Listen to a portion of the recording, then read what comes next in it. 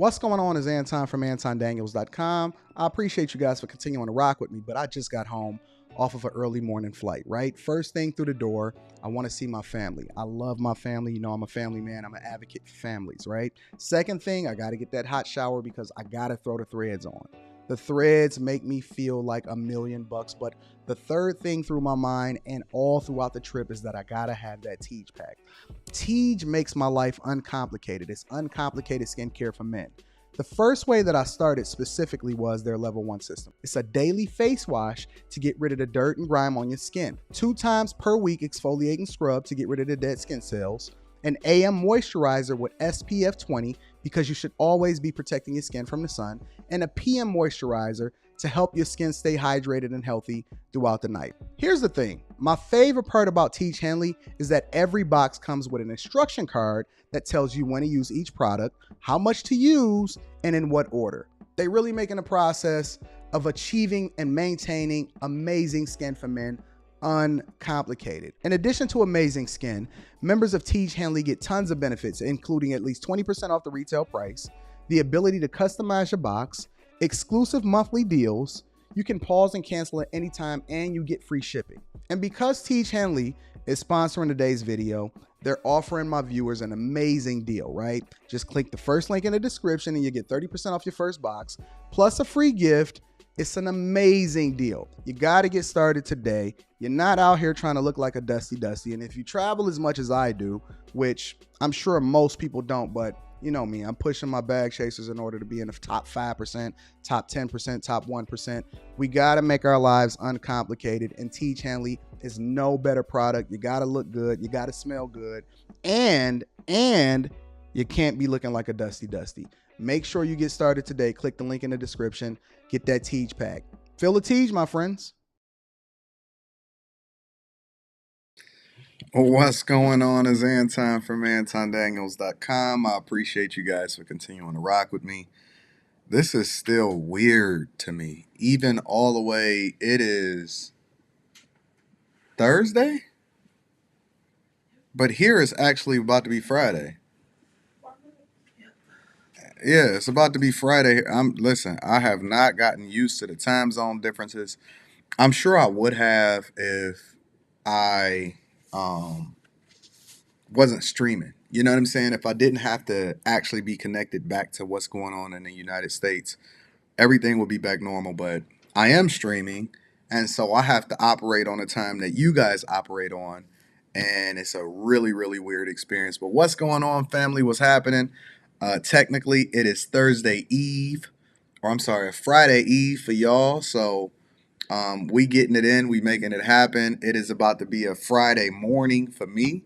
So it's a Thursday night for me going into a Friday morning, and it's still weird. So I'm here. We kicking it. We have not missed, and as a result, I do not expect for you guys to fumble any bags. I don't want you sitting here missing no meetings.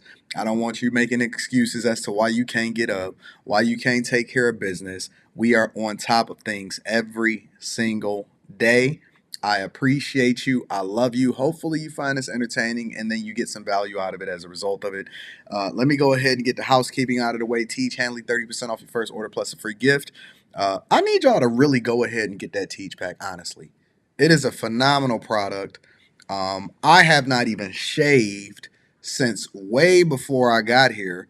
However, and I'm going to be reading these super chats throughout the show, and I'm going to be reading the super chats that you guys just sent me, so I appreciate you. I have not shaved, but my skin is smooth as eggs, boy. Got that stubble, right? That's how you know I ain't shaved. I got that stubble, I got that gray, but my skin is smooth. I don't have no bumps. It is clean, it is dope. And so even when I'm not in pristine situations, right? Because I said, you know what, I'm gonna just let it all hang out here in Tokyo. Um, Even not in a ideal situation because look, I'm not about to be doing all of that. I do got my edges and stuff like that, but I'd rather wait for my barber back to the crib. That Tej pack is hitting. It's hitting. It's holding me down. All right. So ladies, get that Tej pack for your men. Fellas, don't wait for the ladies to buy it for you. Make sure you go and get that Tej Henley. It's 30% off your first order plus a free gift. Make sure you take care of that Tej Henley. it's a dope product. Honestly, I would not advocate for something that I do not use myself. All right. In addition to that, make sure you tap into the Patreon. Link is in the description as well as pinned to the top of the chat. I got my next video uploaded and ready to rock. You guys are truly enjoying the interviews that I've been doing for the Patreon and the bag members, bag chaser members. But then we also got some game that we drop in there to make sure that you guys are leveling up. So we try to balance it out, part entertainment, uncensored interviews, along with the game and the insight and information that gives you what you need in order to continue to level up. What you said? What's the latest one that was approved? What's the latest permit that was approved, Rita? Soil and erosion. Soil and erosion has been approved. Is it approved? Did they already check it? Yeah, just waiting on them to issue it. Okay. Soil and erosion has been approved for the latest rental property that I'm building from scratch from cash. So we running it up. Shout out to all of my people in the chat. Shout out to the people that's tapping in this morning. I try to get your day started off phenomenal. What up? What up? What up? What up? The new me. Is that the new me in the building? Shout out to you. Shout out to the new me. Hey, contrary to popular belief, I think that there's a lot of women that's actually looking to do the work. I'm gonna get into that in a minute. Don't worry about it. But I need y'all to let me know how you feel this morning and then where you from. So I need 2 words. You can separate it by a comma. How do you feel and where are you from? I don't want to know where you at. It's a difference. I don't want to know where you at. We got a lot of transplants. I know a lot of people like to move from their home city down to Atlanta. I know the new Atlanta is Houston. I know some of y'all from the West Coast is on the East Coast. Some people from the East Coast is on the West Coast. People that's on the East Coast from the West Coast is trying to get back to the West Coast. I know some of y'all are traveling. Where are you from? I want to know how you feel and where you from. I know a lot of my Detroit brethren is all over the world. They traveling, they taking care of business. Said amazing in VA. Said we are Mr. Daniels. See that? You see how beautiful that is? A woman know how to really get to your heart. Calling you Mr. Daniels and stuff like that. Yeah, I like that. It's a lot of women that's doing the work, and we gonna go into that. I'm gonna break it down for you. Encouraged, optimistic, LA, great, Sao Paulo. Okay. Miami 305, rested. Shout out to Mississippi. My social cis media is in the building. Good. Detroit, Anton Junior. I don't know what that means. Tired, Savannah, Georgia. Incredible, North Oakland. Fantastic, Massachusetts. Blessed, Gary, Indiana. Shout out to my Gary, Indiana people. A lot of people don't know that I pulled up in Gary, Indiana, and they pulled up on me and said, "We love you, Anton." Shout out to Gary, Indiana. Jerusalem. Shout out to Jerusalem. Excited, Pittsburgh. Pittsburgh is one of my favorite cities. Relaxed, Williamsburg, San Diego, feeling strong, doing all right. All right, New Mexico, Chicago, feeling great. You feeling great in Chicago? All right, I see you, big dog. DJ Bobby Skills. Blessed. What up, though? Stressed and disappointed in Los Angeles.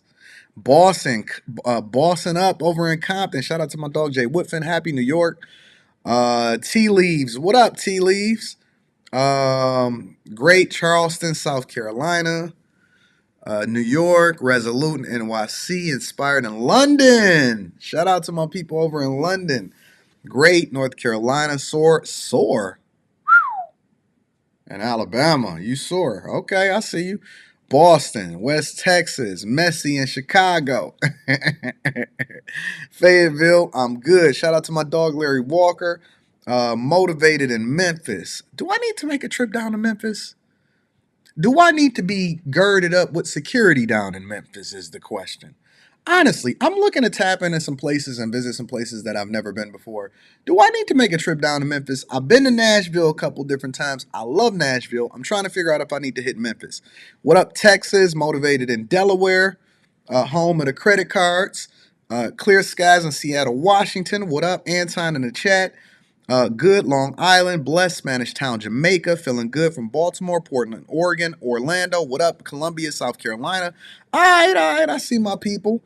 Compton in the building. I got multiple people from Compton out here. Savannah, Georgia. Shout out to all of my people in the chat. I appreciate you. I love you. We got to get into the show, though. All right. So, again, make sure you hit that Patreon. Link is in the description as well as pinned to the top of the chat. And make sure you get that Teach Hanley 30% off your first order plus a free gift.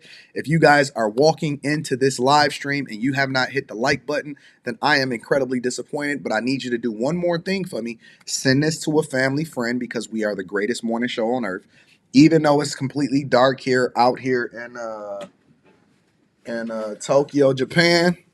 It's dark here in Tokyo, Japan. I usually close this so that the reflection is not over there looking at what it is that I see over there. That's going to be looking crazy on a live stream. You know what I'm saying?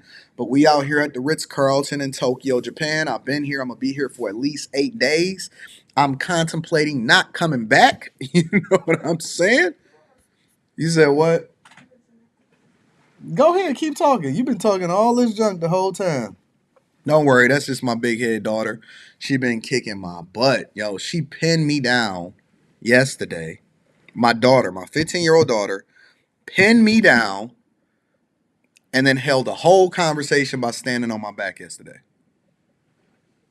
Pinned me down, and then I had a whole conversation standing on my back. We talked about family stuff, school stuff, money, everything. She held me down and had a whole conversation on my back for about 30 minutes.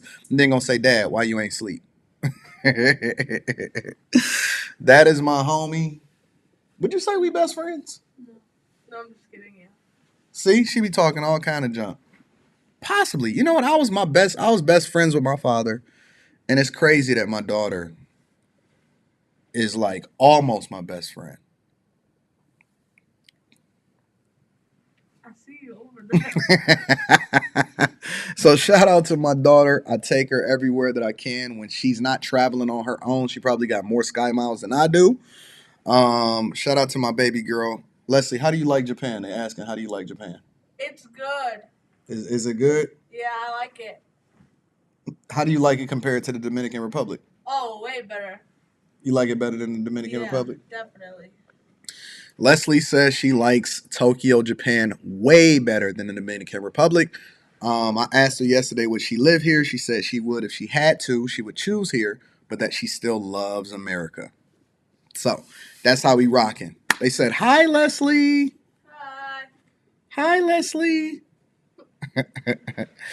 Anyways, make sure, again, y'all hit a like for the YouTube algorithm, subscribe to the channel, and turn on your notifications. Let's get into it, y'all. Let's get into it. All right. So let me address this one last time because I'm incredibly perplexed, right? And every day that I go out in Japan, it perplexes me even more because I'm trying to understand, ladies. I know it's a lot of people in here and it's a lot of ladies, and I'm going to start reading Super Chat shortly. I know it's a lot of ladies in here that's doing the work. Usually when I'm speaking to the issues and the problems that people are having, especially holding people accountable, whether it's men or women, I'm not necessarily talking to bag chasers because I know bag chasers is doing the work. You know, I know that y'all hear what it is that I communicate, whether it's on Wednesday night on the other channel or we on the Millionaire Morning Show and we're using people as examples. I know that y'all largely see the things that I'm speaking about as a cautionary tale, and you're not looking at it as something that you're going through yourself. And so you gird up, right? Usually the people that hear your message are ones that's already on a journey, or they're already having that moment in their life where they feel like they have to make that transition, and they're making adjustments accordingly, right? But it's not usually my women, and so that's why you see so many women rocking with me, is because they don't find themselves in a situation where they're the ones that I'm talking about. Only hit dogs holler, right? And if they do see any signs of something that I'm speaking about that they need to make some changes or adjustments to, or they just wasn't mindful about it, they do so, right? But it's the ones that don't. And what I'm trying to understand, and maybe you guys can help me understand it a little bit more, is what's the goal? What's the objective? What's the objective? When you look at a Keke Palmer, for example, right? Because I'm always trying to understand, why are our women so obsessed with the streets? Why are they determined to find themselves single? What is the attraction to being a single mother? Why is that a thing? Why is it a thing to find a woman that wants to be for the streets? I don't understand. Why would you want to find yourself trying to look for a father of a child that is not inherently the biological father of the child? Why would you have a child with the objective of finding a stepfather to then take care of a child that you're weaponizing against the father, or you're weaponizing against the real biological father? I don't understand it. I don't understand what the goal is, right? Freezy said it yesterday when we was on the live stream, and he said, did everybody, was it Freezy or was it, no, it wasn't Freezy. I don't think it was Freezy. It might have been somebody else. But he said, did everybody forget that Usher allegedly was accused of having herpes? And don't get me wrong, I like Usher. I love the way that he handled the situation. He never responded to it at all. He didn't even blink about it. I think that Usher handles things perfectly as far as all of the shrapnel and the issues coming. And I don't even see Usher as the problem in this. Usher is just doing what men do. You don't get mad at the player, you get mad at the game. The guy can't get mad at Usher because all Usher doing is weaponizing Keke Palmer in order to continue to run his back. Like, do y'all not realize that the Ushers, when you talking about the Keke Palmers, is ultimately leveraging and using you for a bag? Don't y'all realize that? Don't you realize that the dude that you wind up cheating on, the guy that you at home with, don't give a fuck about you? Y'all so smart. You keep saying that you the smarter the guys, you mature faster and all of this. So you smart, but you dumb at the same time. I'm just trying to understand what the objective is, honestly. Before we get into the show, because we got a lot to discuss, we got to talk about these capping ass rappers that y'all keep following and why black culture is so trash. We got to revisit, the sassy Dubai trucker. Apparently she's back and better than ever. We got a lot of things to talk about, but I'm just understanding, is it for the clout? And when you really start to put things in perspective, right? So let's give an example. Why do women care about how big their wedding ring is? Because men don't care about that. No man sees you and sees your wedding ring and say, damn, she more attractive or she doper or she hotter or some shit like that. You do this shit for other women. Why do women then put butterfly eyelashes on, for example? Why do women have such big nails when guys don't give a fuck about how big and long your nails are? And if you ask them in most of these situations, whether it's the ring, the nails, the stuff that they do every day, the conversations that they have, I honestly believe, and this is a theory, and this is something that we're going to have to probably vet out on Fight Club over the weekend. I believe in my heart that women tend to be more attracted to and is more concerned about what other women think than the men that they say that they want to be with, even if you are already in a situation.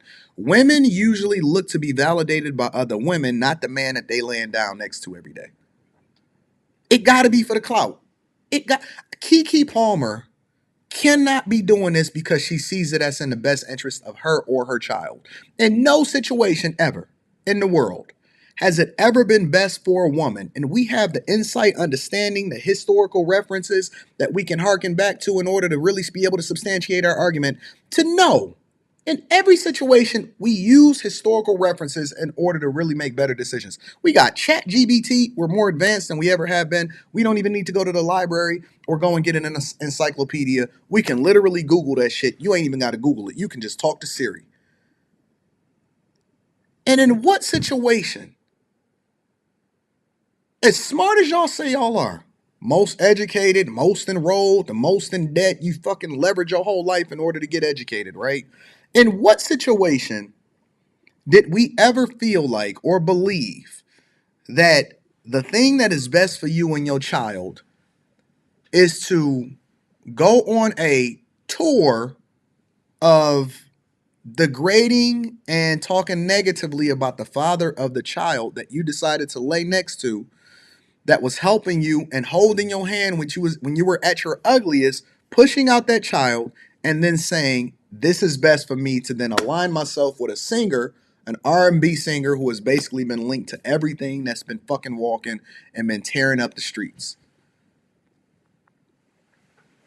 You will risk it all to get the validation of women that says, you go, girl, while she's sitting there laying up with her husband doing the thing that's in her own best interest. I've never seen so many people reference Beyonce when it comes to them continuing to make bad decisions.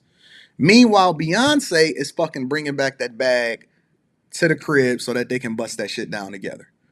I've never seen so many people reference what people sing about instead of looking at how it is that they live their life in order to validate how it is that they're going to do what they're going to do. Never in the history of in my lifetime have I ever seen so many smart, dumb people. In my lifetime, I have never seen so many smart, dumb people. Beyonce will drop single ladies while at the same time being submissive and married, allegedly caught her man cheating, wouldn't leave her man, but then you go into her concert single as fuck and willing to leave your man at home in order to make sure that you validate what it is that you want to do. Because your homegirls told, think about that for a minute. She not leaving her man. Under no circumstances is Beyonce walking away. She'll capitalize off of it. They'll make a song about it. Jay-Z sitting in the back like, yeah, B.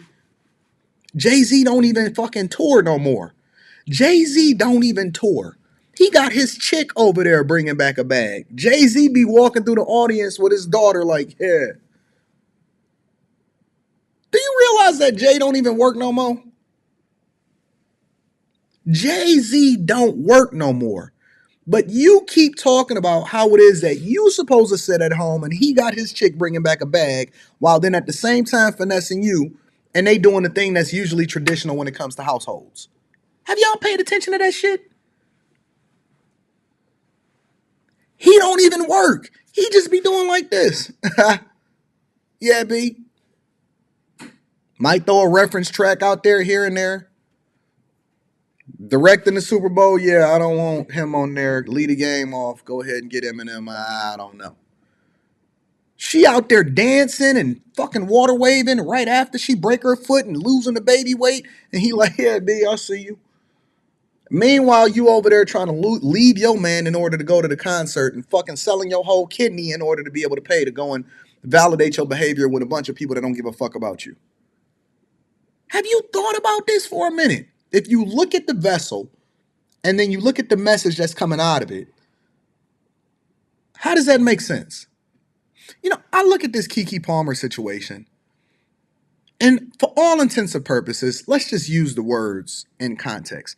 Keke Palmer is literally the girl in school that is supposed to be smart, supposed to be doing the right thing, but want to be in the N club. Keke Palmer, this is going to be the preface for the show, y'all.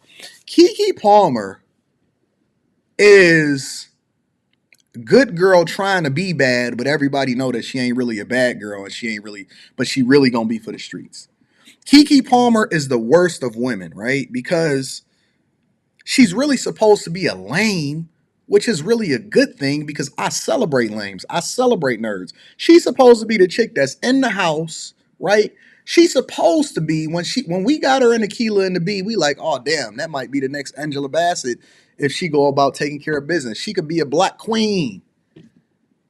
She's supposed to be the Angela Bassett's, you know what I'm saying, in that sphere, going down that path, getting all of these fucking actor roles, taking care of business. She's supposed to be the lame.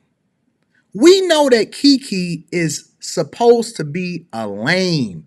She's the chick in school that is supposed to be the one that is most likely to succeed. But she's so obsessed with validating herself, and instead of her being what inherently she is, which is a good thing, she want to be for the streets, and we know she's not really like that. You not even really like, you the worst of the worst, because at least the chicks that's in the streets that was born of that's of that ilk, they know what they are. They know they hoes. They know they for the streets. They never really had no potential anyway other than getting a man and finessing him and hopefully getting with the dope boy that made it out of the streets and didn't go to jail. They know who they are. They know they roll. Hoes know they hoes. Lames know they lames, which is not a bad thing. The lames is that's the thing we celebrate. The worst thing, you know what the worst than a hoe is? A lame that's trying to be a hoe. There's nothing worse than a lame that's trying to be a hoe because we know that you're supposed to be the good girl and we more disappointed in you. We celebrate when people come out of they bad situation and like, damn, she made it. She was never supposed to be that. She was the underdog, but she wanted to be getting her way up to the top. It's nothing worse than a person that's supposed to be at the top that's born there and you slumming it out. What's the objective? What is the objective? Like Big Red, Sexy Red. We know that Sexy Red is for the. Nobody is ever going. You know why women celebrate and they gonna always love Sexy Red and Cardi B and those type of women way more than they like Keke Palmer that want to be like them, and they looking at her like, look at this lame bitch. Sexy Red, Meg Thee Stallion, the Cardi B's. Those type of women look at Keke Palmer like, you lame asshole. We want to be like you. You trying to be like us. They gonna laugh at you. They gonna make way more money than you. They gonna be more successful than you. They gonna be embraced by the streets, the hood rats, and the thugs way more than you. People gonna twerk to their stuff because they understand the culture. They gonna capitalize off of that shit. They gonna win when it comes to finances. It's still gonna be bad for the culture, but they gonna be way more successful and they gonna laugh the fuck at you because you was never supposed to be in that situation in the first place. You was supposed to be a Keela and a B. You want to be Sexy Red. What's the objective? Why? Why are you so influenced? Cardi B is doing what, think about this shit. Cardi B is doing what Keke Palmer is supposed to be doing. Cardi B ain't leaving her man. She's sitting in the crib. Cardi B won't even drop another fucking album. Cardi B hit, and she just been riding that wave the whole time. I'm gonna read that super chat shortly. Cardi B is sitting in the crib with a baby saying that my kid ain't never gonna be like what it is that I grew up like. Keke Palmer is trying to be Cardi B. Cardi B has already transitioned over to what Keke Palmer is supposed to be. You see how backwards this shit is? It's the dumbest thing that I've ever seen in my entire life. It's so stupid. Cardi B is what Keke is supposed to be as far as how she living her life and she not leaving her man and she getting the bag. Keke Palmer is trying to be Cardi B and dropping trash ass music.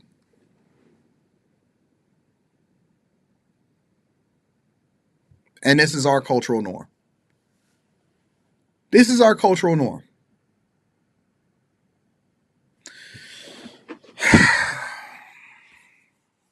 Let me get to the super chats and we're going to get into the show. Miss Crow T. Shetty in the building. I appreciate you, Miss Crow T. Shetty.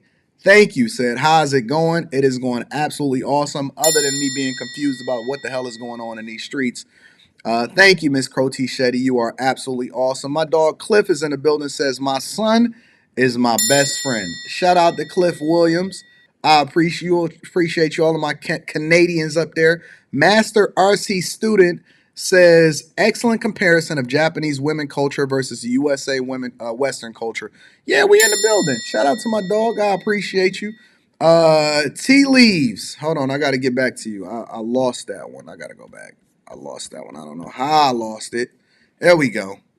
Tea Leaves is in the building. Shout out to you. Says, Anton, you upgraded your wife's ring, right? I did because it's meaningful to her. But she had to earn that shit. And I got all of the previous rings because in the same way that my watches, my Rolexes that I got back home, in the same way that all of them represent milestone moments, she didn't ask for it. It's a difference. She wasn't looking for it in order to validate herself with other women. In every single ring, it means something because it's a milestone moment based off of a 5-year anniversary and us continuing to level up and become better versions of ourselves. And so when I have a milestone moment, I get a watch. And when she has a milestone moment or we have a milestone moment as it relates to an anniversary, She get a new ring, and we upgrade it because it's a representation of where we're at that particular time, right? So it's a difference between a woman seeking it in order for validation for other women and a woman being given it because it's something that represents something that's more of what it is that we have. When we first got married, and I had money when we got married, we spent $300 on both of our rings together. $300 on both of our rings together. It's a difference. It's a difference, right? I upgrade because it's a milestone moment. So there you go. There's your insight. All right, let me continue.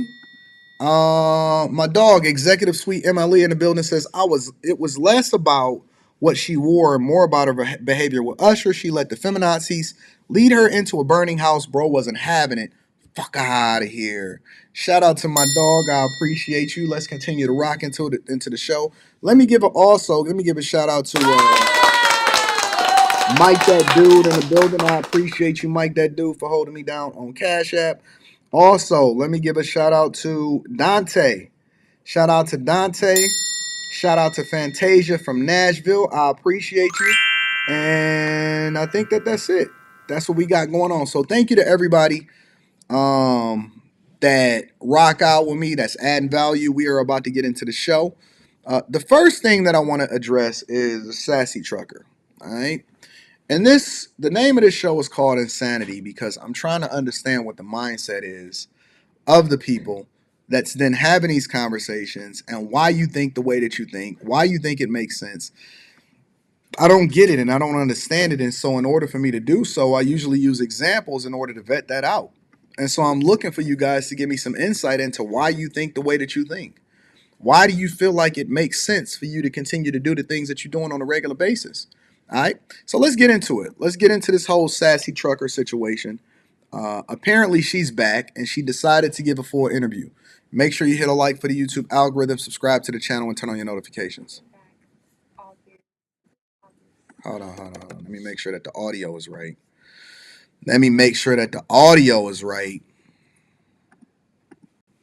All right, y'all ready? Let's get it. Nice. Okay. And you were there, was it 3 months? Pushing 3 months? 3 months. 3 months. Yes. Everybody at home, obviously your story got. All right, shout out to Fox that can't really get it right. Apparently, Fox, because the way it's coming in on my speakers, is that's only coming in on one side. So this interview that they doing that details the woman that was stuck in Dubai that was detained is only coming through one speaker. So if y'all only hearing it on one side, it ain't my fault. It's the fucking interviewer's fault. Got a lot of traction. Everybody wants to know what your experience was like while you were, confined there on that travel ban. My experience was very traumatic for me, scary, because whenever I would sleep at night, I'm thinking that the police is coming to get me at any given time because it was very scary. And then with me getting all this news media attention, I didn't know if I was going to be in jail or in prison because it was very, very scary for me. And I couldn't even sleep. Sorry, because initially when they told you, hey, you have to... You okay? Get some water. Yeah, they want. Somebody get her a Mentos. What do you do? What do you do for coughs? Somebody get her a cough drop. Is a Mentos a cough drop? No, Mentos. Is the door? Should we open the door? Because it might be a little hot. No, I'm good. I'm getting over something, but not COVID. Cut and paste, right? Yes. If this is going to be a certain amount of time, or just kind of take me through that. No, initially when I was held on a travel ban, they didn't even tell me I had a travel ban until I was trying to book my ticket. And then that's when they said I have a travel ban and I can't go anywhere. And I asked them how long would the travel ban be held. I don't understand. Why would she be booking her ticket after she's already in Dubai? I don't understand. Why would she be trying to book her ticket after she's already in the country?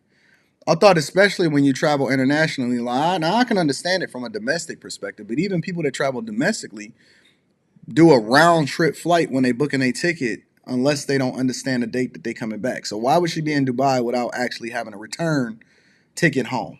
That don't make sense to me. They told me they don't know to come back tomorrow. So any questions I have to go to the police station to find out anything I wanted to know. So I couldn't just call over the phone and say, hey, if my travel ban lifted yet? They would say no.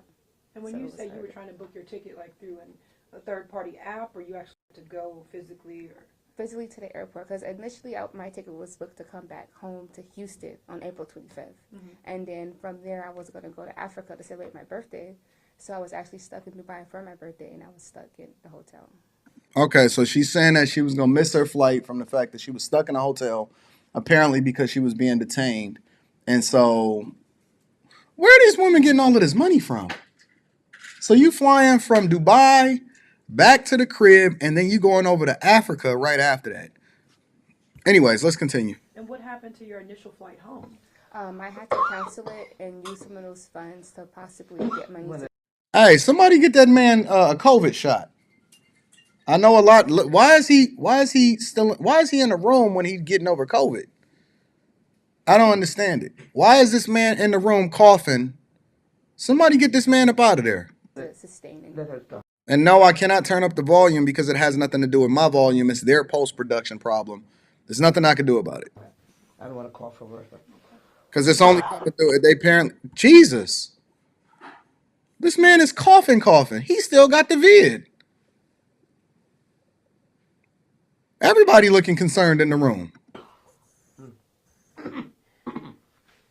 And take You your want to time. answer that again? Take your time. Yeah. What happened to your initial flight home? My initial flight home, I had to cancel that flight because I didn't know it was going to be held in Dubai so long. So I got a refund, and they put that money back onto my credit card, which I wasn't able to use. So it's like a waste of time. You weren't able to use your credit card. Yes, I didn't have my credit card, I didn't have my wallet, my passport, and having of those things. And why at the didn't you time. have those things? It was all inside of the car. How long did they hold on to your personal belongings? For 3 months. This person is like an FBI agent. Is this an interviewer or an FBI agent? Is that Vlad in there that's interviewing you? I just recently got my belongings back a week before my ticket was booked back to Houston, Texas. So how were you surviving? Or I was getting help from family and friends in the U.S. The U.S. Embassy contacted my mother and told her that I needed some funds to sustain. And then my friend, who was also there in Dubai, he had like friends and family back at home that kind of helped send money as well to help me. yeah, but you didn't have access to your debit card, No. anything. No, I only had like a little bit of cash that ended up running out. And how did that? I know Well, she had no money. Oh, she only had a little bit of cash in Dubai. this started with a fender bender. But can you take me back to that day when this happened and you went into that, rental car place? Just kind of how did that all happen? If you could just briefly explain. Well, the first we rented the car, everybody was very nice and welcoming, and I was excited that I was going to have a car to, explore Dubai. And then from there, the fender bender happened, and things just changed drastically. Like, it wasn't the same mood. It's like they were so angry with me. One thing that I always do when I travel outside of the United States is I don't actually drive anywhere. I never rent a car when I'm outside of the United States. And one of the reasons why I kind of operate like that is just because it allows for me to I don't have to worry about the laws. I don't have to worry about driving on the wrong side of the street. I don't have to try to figure out how to do it and all of this stuff. I just get cabs everywhere. If I can, I'll try to take public transportation if I find it safe enough. But I never try to drive while I'm out of town internationally. If I'm flying to a different state, that's a different conversation.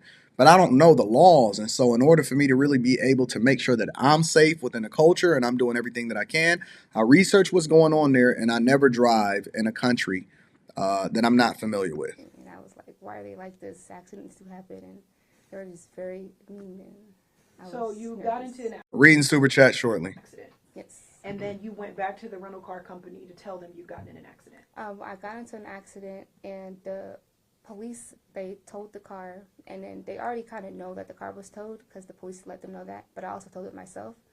And then I went back to the rental car company to let them know what was happening. And so some people might ask, why didn't you get your belongings out of that rental car? They didn't allow me to do that. They just took whatever they saw. So I asked about it, and they were like, oh, no, go to the rental car company. That's where your things should be. So I went back there, and the rental car company said, go to the impound. Went to the impound, and the impound said that in order for you to get your things, you have to call the rental car agency and have to allow it. and so they didn't allow me to get it. So I was just So trapped. after the accident, your things, like your purse, was in the car. Yes, everything. And the police come, they take a report, and then they tow the car, and they didn't allow you to get your purse? No, they took me and my friend to jail. Why wouldn't you have your purse with you after you get into an accident? Why wouldn't you have your belongings with you? It don't matter if you get in an accident or not. I'm always gonna have my belongings with me. I'm never gonna leave my stuff inside of a car. But I'm guessing I'm trying to shoot her some bail in order to really get some understanding, and we gonna go from there. They took you guys to jail, But I was released. and they wouldn't let you take your purse with No. you. They had everything. I guess they left everything in the car. They looked over it or didn't see it. I didn't even know I was going to go to jail. How long were you in jail for? I was in jail for a day. We skipping over some details.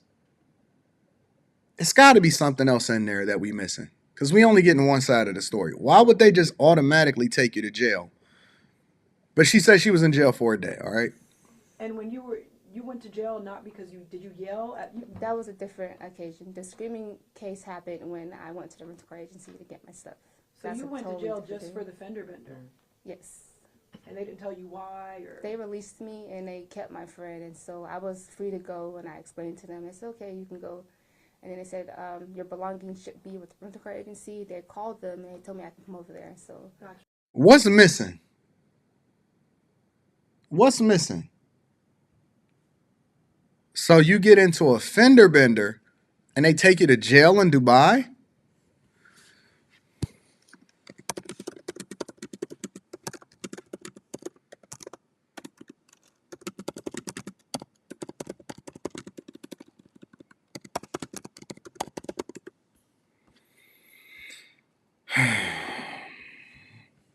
Oh my God.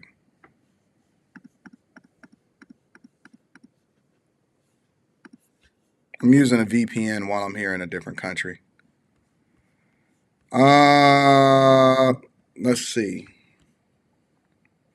According to Article 49, Clause 5 of the Federal Law on Traffic, individuals failing to stop at an accident they caused or were involved in resulting in injuries can now face both jail time and hefty fines. Huh. Interesting.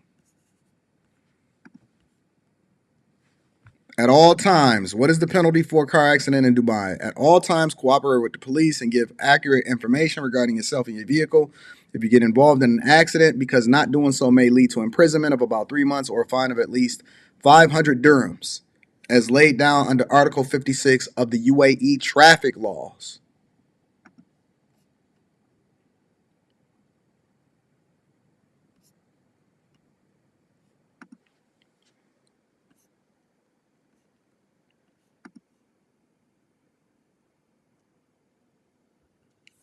Interesting.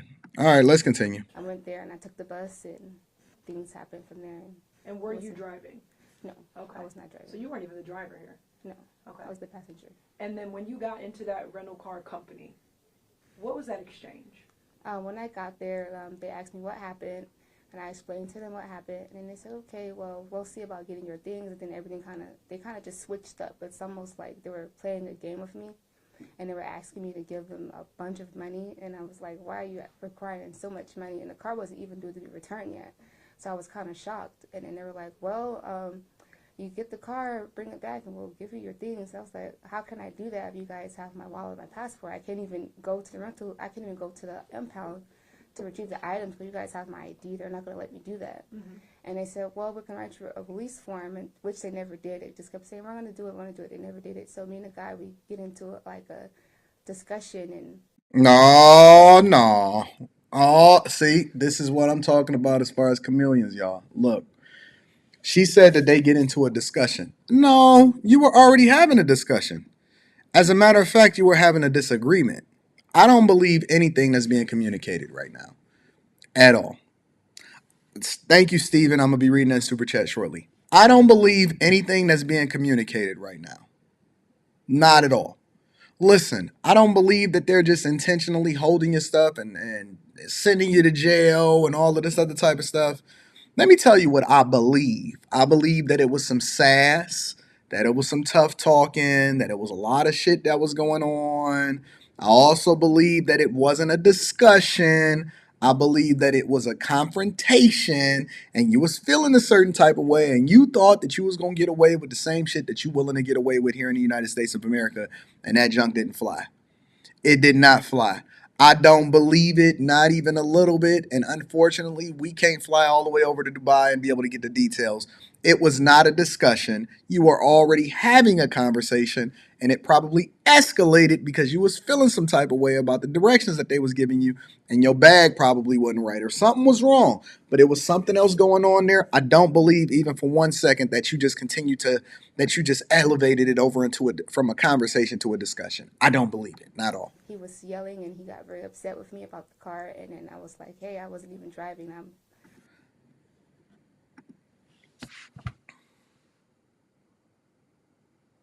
Hey, he's yelling at me and he's going off on me. And I was like, hey, I wasn't even driving it.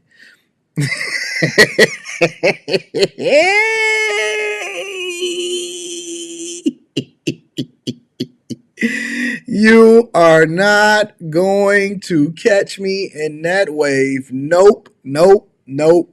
So you telling me that a man just inherently got belligerent with you? He's yelling at you, he's screaming at you. You did nothing to cause it, and you're responding all feminine like this. And I was telling him like, no, I didn't even cause the accident. Come on, man. Come on, man. It's so many details that's being left out right now. I was only the passenger, and he was like, well, you need to figure out how you're going to get your things. And I was like, that's not fair. The police said that I can get my things. And they said, no, we're Sir, that's not fair that the police can't get my things. not giving it to you. So figure it out. And then after that, I walked away, and he followed me outside, and he's like, hey, I'm going to call the police on you. So at that point, that's when. So now he gets pissed. He gets pissed because you talking your femininity. You walk away, and then he follows you, berating you, saying that I'm going to call the police on you.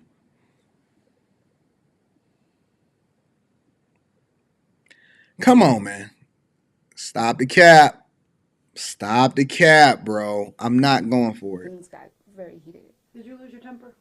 I was very upset at him. Yes, I was not.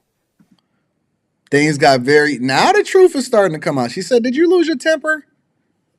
Did you lose your temper? Yes, you did. You was sassy. You was talking back and forth. Your hair was probably poofy because it was too much heat in it, all of that. I know what the fuck is going on. You wasn't feeling yourself. You might have been on your period. You didn't like what was going on. You was going to use the fact that it was that time of the month as a... Come on, man. Come on, man. Listen. If the interviewer didn't even ask if she had lost her temper in the first place, we wouldn't even get that part of the details. She was just going to leave that part out. She never was going to tell you that she had lost her temper in the first place.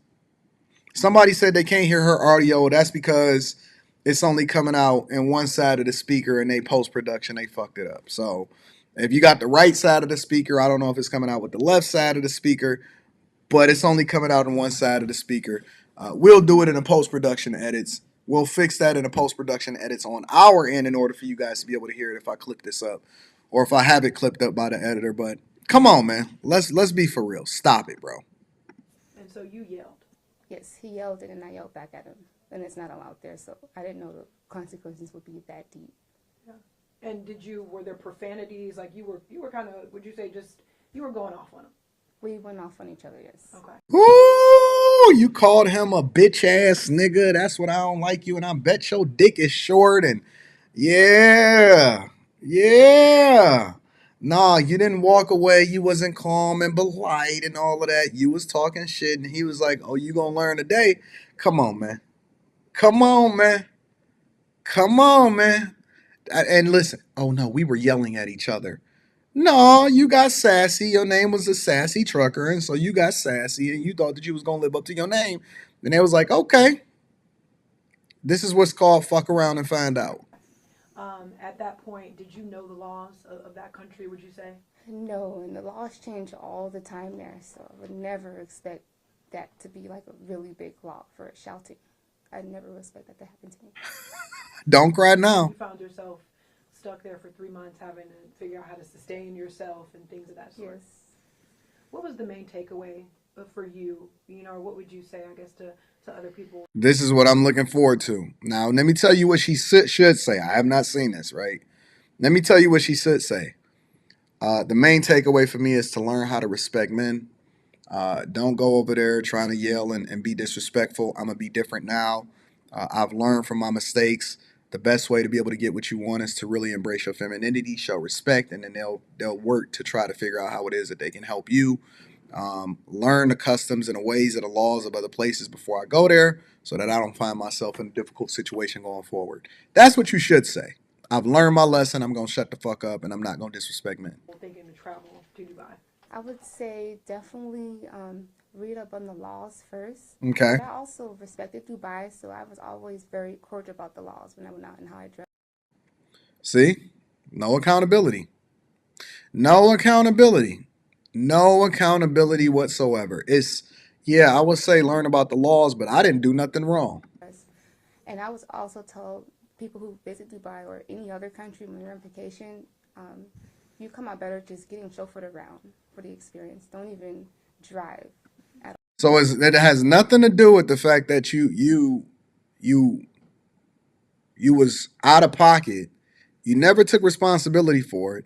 When the journalist asked you the question, we would have never known about it if she didn't ask you a direct question with regard to your own attitude.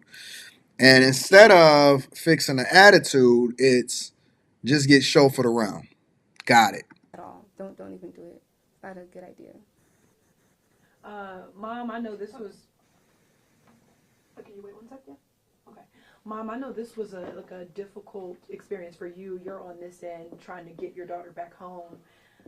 Ballpark range, how much did family, friends spend just to keep her afloat and then get her back home? Difficult to say the least, but I would say the minimum would be about $3,000 per month, depending on where she was staying and how much help she needed and what fees she was paying. Yeah. So she needed the basic housing.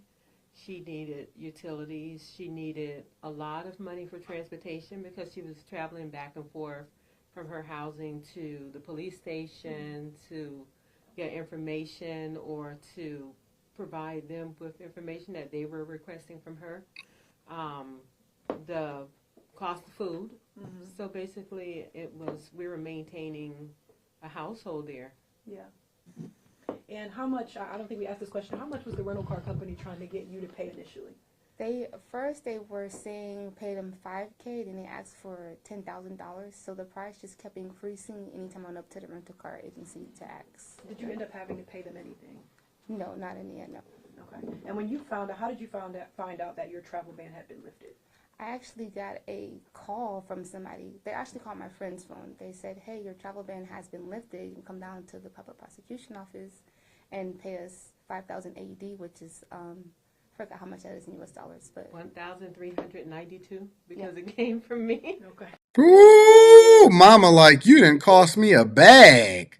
You cost me mama know exactly the number all the way down to the penny. And I want my money back. Y'all better get y'all bag up before. Okay, catch a Spirit flight over to Dubai if you want to. So y'all can pull that junk over there in Sosua over in the Dominican Republic. Come over here to Tokyo. Go over to Dubai. Go over to the UAE and see how that's gonna fly. Mm-hmm. Go ahead. Come on, Cletus. Come on over, Cletus. yeah, okay. And then they gave you your belongings back. Well, I ended up getting my belongings back from the officer like a day prior to that. So everything kind of worked with the faith of God. I was really excited. It was like heaven. So I went to the police station and they helped me get my things back. And I explained to them what happened. And it was so easy. I didn't have to pay anything to get my belongings. I was so excited. I got my phone, my wallet, and my passport. And my flight was booked as soon as the next day. And you left. And I left, yes. What do you think? And they banned her and said, don't ever come back. Don't leave that part out. Changed because you were being held there. You were getting the runaround. You weren't getting any answers about when that travel ban would be lifted, when your belongings would be returned. You were surviving without a credit card. What happened? Why did that just shift? I got in contact with my... What happened to the... Yeah, I want to happen. What happened to the friend? Here's my question. Because there's so many details being left out as we have this conversation. All right, so they got her up out of there.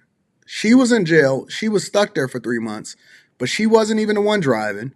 Her friend was the one that got into the fender bender, but her friend was, we didn't hear nothing about the friend. We didn't hear nothing about the friend not being able to come home. What happened to the friend is my question. Why is she stuck over there, but why was the friend able to move around and we didn't hear nothing negative about the friend whatsoever? That's what I'm trying to understand. My mom, I finally told her like what was happening. I was kind of like afraid and ashamed that, hey, I'm stuck over here for shouting. It's kind of embarrassing. So she got in contact with Router Sterling out of detained in Dubai. And then I got in touch with U.S. Embassy. U.S. Embassy got in contact with Miss Congresswoman Sheila Jackson Lee.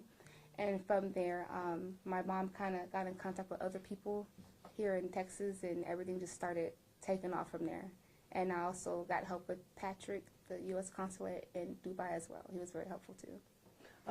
Congresswoman Lee, when you heard, just my question for you is, when you heard her story, what were your thoughts, and what caused you to kind of jump in the way you did? Well, I have been an advocate for hostage return and Americans overseas and for a very long time. Do a lot of international work as a member of Congress from various war zones and issues there, and so I was very, very tuned in to how painful it could be when you are lonely and when you feel left alone, and how painful it is for her mom or the relative of the person that is inappropriately held. She had not been declared wrongfully detained, which is a status that the State Department gives, but having just recently gone through, as I indicated, the fight for Brittany Griner to return home, wrongfully detained, Trevor Reed, wrongfully detained. Says everything that I need to know. Says everything that I need to know. Everything that we needed to know was already being communicated with the examples and the things that we see of people not being responsible for their actions. Paul Whelan, who is still in Russia. Ain't that funny? We can get this chick back from Dubai. We can get Brittany Griner over here with her horrible skills and can barely dunk, but you like 9 feet tall. But none of the men that's ever stuck in somewhere based off of what it is that we see them being accused. No, we can't get no man back. We can't get a man back to save our life, but we can get these chicks back. Wrongfully detained, and then number of hostages in places such as Iran. I just knew that it is important to know the protocols of nations and to be respectful, but I also know that they can take advantage of Americans, and this was a young American, and so when Mrs. Baxter called, when she had gotten in touch with Donnelly Keith of Fox 26, and she called, and then I called Ms. Baxter, and then I began starting from the State Department and with the council. If I was to ever get stuck over here in Tokyo, I wonder if they'd have this same level of vigor. I wonder if the sister code would work just as hard in order to be able to get me home. Because we ain't heard nothing about Paul Whelan after Brittany Griner came home. Merchant of Death is over there running for office. He probably doing all kind of junk, running new shipments in and out of the country, making sure that he work hard. We ain't heard nothing about none of these guys that's allegedly stuck over there. Consul General, and then as the Consul General was traveling back to Dubai, then Patrick and I reached each other, and that really was a deep engagement because every step of the way I began to push him to negotiate on behalf of Tierra, to really get pushy, because I knew that's how you do it. You have to show the strength of the United States government. So as he did that, things began to happen, and I'm very grateful, such as negotiation with the other reading super chat shortly in the car accident, because that was still outstanding about what they might do, and if they had done something, it might have made it more difficult for her, meaning an action. Right. And so I'm very grateful to them, and she's mentioned prayers, and they prayed, and they worked, and shout out to God. Anyways, let me go ahead and get the hell up out of here. I've honestly, I've heard everything that I needed to hear. It sounds like no change behavior, no responsibility, 100% blaming it on the system, We've heard that story again. And she the same person that she was before she left. So what do you expect? Let me read these super chats. Shout out to my dog Kojak, the great is in the building. I appreciate you, big dog. Kojak said, "What up, though, bro? God is good. Thanks to everyone that prayed for my family and I in the past few days. Much appreciated." Shout out to my dog Kojak and all of the bag chasers. I'm glad that everything is going well, Kojak. Thank you, my friend.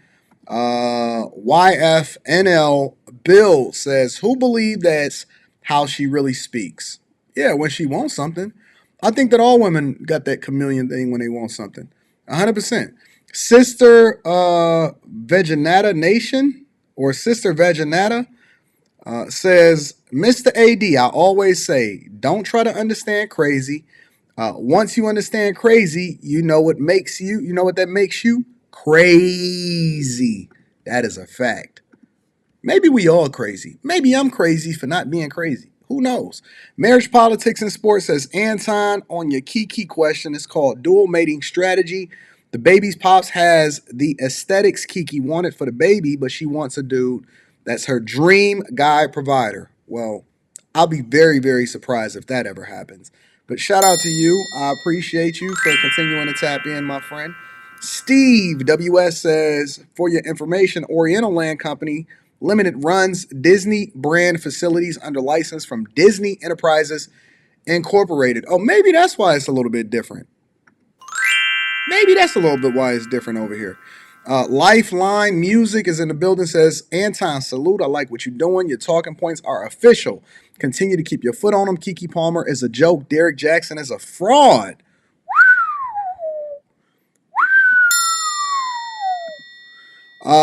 JC Incorporated says, "Anton, don't you think Western culture should be compared to Western and Eastern to its equivalent? Example, US to Europe, Japan to China." Nope. I think that we can all use comparisons in order to get the best out of something and understand it. So basically, you adopt it and make it a part of your culture. You take the best of something and you leave the rest of it, the worst of it. So I think it all should be compared. Everything should be compared.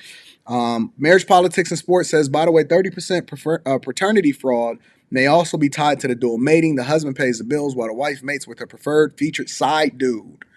Is paternity fraud that high? Hey, somebody send me an article or something that I can review on paternity fraud. I want to evaluate that. Shout out to Yasuke82 in the building. I appreciate you. They also said, "Look, women respect a law that's enforced, but doesn't respect a man if it's not." That means that we got to lay down the law when we get these chicks in our households or in our beds, right? Brock is in the building, says, "Boy, people know they can lie like a Persian rug. She literally calls herself sassy. So we know the minute she got irritated, all that sass came out." Facts. But they're going to lie in court, though. Who's the master? Says, "Do you think that the Congresswoman and other people in power condone bad behavior?" I absolutely do. I think that they validate it. I think that they condone it.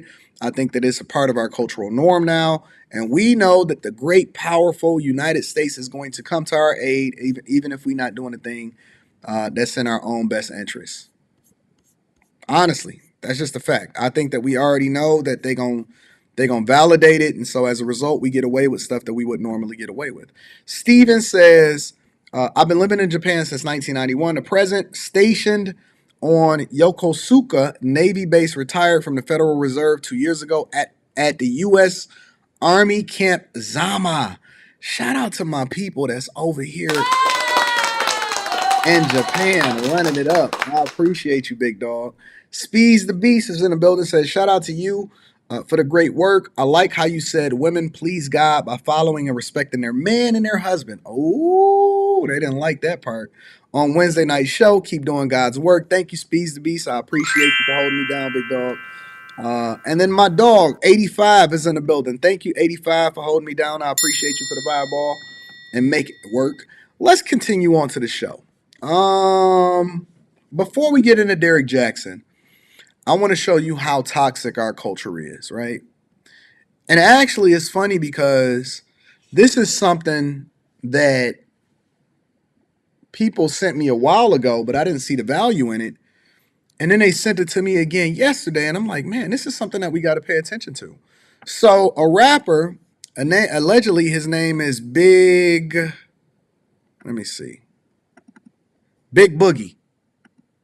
Y'all be coming up with some wild names. There's always a big or little somewhere in there.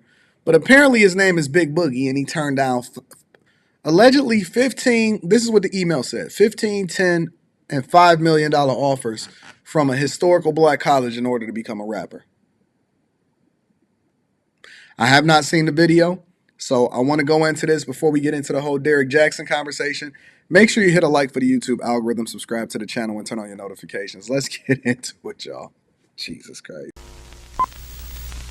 Shout out to Bootleg Kev. Talk about the name of your project. They call you the Big Dude? Mm-hmm. So have you ever watched The Big Lebowski? Yeah. The Dude? Yeah. He's right there. That's the Dude as well. It's my favorite movie ever. Yeah, I remember that. So why are you the Big Dude? I call myself Big Dude because, like, I can handle it. When y'all gonna get tired of the clown jewelry, y'all? When y'all gonna get tired of the rapper starter kit, the clown jewelry? I don't understand the whole chain thing. What is the chain thing about? What is the chain thing about? I genuinely, I've never wanted a chain. Maybe it's just me. Maybe I'm just not fly enough. Maybe I'm too lame. But I've never understood the chain thing. And I'm not saying that you can't get one. Listen, do whatever you feel is best for you. But I'm always trying to understand that why is it that in order to be a rapper, you got to wear chains? I don't get it. But that's not what we're here for. Let's continue. Anything come my way. And God don't play by me, so that's the meaning of Big Dude, to be honest. And to be a dude, God don't play about you? All right. You got to be a dude. You got to be a dude to be a big dude. You got to know how to have a little fun, right? And we got the diamonds in the mouth. Even Birdman got regular teeth now. Yeah, fucking right. Yeah, for sure. Yeah. What part of Memphis you from? Frazier. Shout out to Frazier Boy. Yeah, Frazier. Frazier Boy for sure. Legend.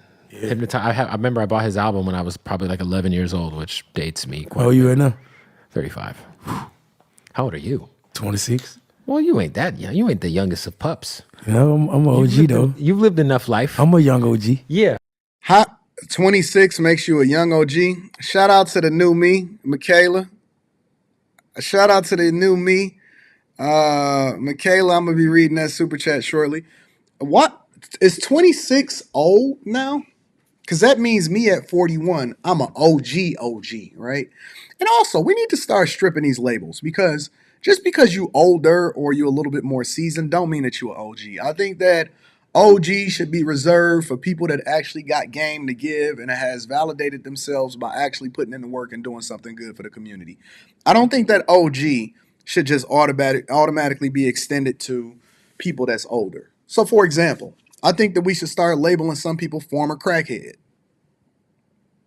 Former crackhead. Oh, she a old hoe. I don't think that she should be auntie, not sis, not none of that shit. Why are we automatically giving credence to a fucking 26-year-old? I seen a girl that said that she was a 24-year-old life coach. What? How do you become a 24-year-old life coach and you haven't even lived life yet? Anyways, let's continue. For sure, man. How long you been rapping, man? Like 5 years now. So not too long. So you started rapping when you were about 20, 21? Yeah. That's kind of late in the like game. 21. To figure that out. Yeah. What like gravitated you towards starting that shit? I was a drum major at first, so I really wanted to rap at first. A drum major. So you were like drumline type shit? Nah, like I was the person that was like got the felt on top of the head. Okay. All right. So you was the person that was in the band. Nick Cannon type shit. Hard body. See, and this is why I don't believe rappers, honestly. I don't know no gangster that was in the band. Maybe it's just the high school that I went to. Maybe it's the city that I'm from in Detroit. And shout out to all of the people that's in the band because I don't think it's anything wrong with being in the band. But I don't know one gangster, not Nick Cannon, not Nick Cannon's big brother that he was battling. I don't know one gangster, not one, that put in work, Me personally, I don't. I don't know one dude that was thugging it that was in the band. Honestly, I don't know one. I knew good dudes. I knew dudes that may have been from the hood. I know dudes that may have come from less fortunate. I don't know one guy that was in the band that was thugging it. Me personally, I don't. If you was square, then say you was square. That's dope. I think it's dope being a square. If you a lame, I'm a lame. It's former rappers that's now smoked the fuck out and still rocking that trash ass jewelry that they got, calling me a lame. I'm a lame. I'm a rich lame, but I'm lame. Well, no, I take that back. I'm broke. I ain't got no money. Don't ask me for shit. Y'all better stop sending me emails. If you're not a bag chaser, don't sit here and tell me, Anton, I want to be a part of the investor series. You not a bag chaser. Don't fucking pitch me. I ain't got nothing for you. I'm broke as fuck out in these streets. I'm a lame broke nigga, all right? However, I don't know any gangsters per se that was in band. I don't know personally, but maybe it's a little bit different out down in Memphis. Maybe y'all was a little bit more gangster. All right, Like leading the band. But you were in the band. Yeah, Nice. I was the head captain though. Oh, so You you were know what I'm like saying? you were So like the leader. I was the one that was winning all the battle of the bands, and you know what I'm saying? So like, you were musical already. yeah, So you could get down with some drumsticks. yeah, For sure. yeah. But not snares though. Huh? Bass drums. The bass drums. Yeah. Okay, so that's obviously kind of a pretty natural transition because you're already into music. So was there something where it was just like, what's the career in being the drum guy? Nah, I just I always wanted to be somebody big, but I ain't know. so you wanted to be a famous. I get it. I don't have no problem with that. He wanted to be and had a greater dreams for himself, and he wanted to be famous. Okay, cool. Let's continue. Yeah, the big dude. I always wanted to be somebody big, but I didn't know who I was gonna be though. You know what I'm saying? But I knew I was gonna be big someday. And it's worked out. It is. But I'm saying, like, to start rapping at 21, that's a pretty serious. I mean, like, you obviously, were you good right away? I mean, I always had rhythm. You always, I mean, you got to have rhythm to play the drums. You gotta have rhythm. I just didn't. But I'm not tripping up for none of this, right? You was in band, you was doing your thing, you was the. I'm feeling you. I'm feeling that. I have no problem with what's being communicated right now, all right? I just didn't have nothing to talk about, but I had a lot to talk about. Right. You know what I'm saying? So like, I didn't have a lot to talk about, like stunt wise, but I had a story though. You know what I'm saying? So okay, he had a story. He wanted to be a rapper. He wanted to be bigger. He wanted to be famous. I don't see no problem. I ain't rushed my process. Where'd you go to college? I ain't go to college, but I turned it down. All right, I'm confused. I'm very, very confused. Okay, wait. So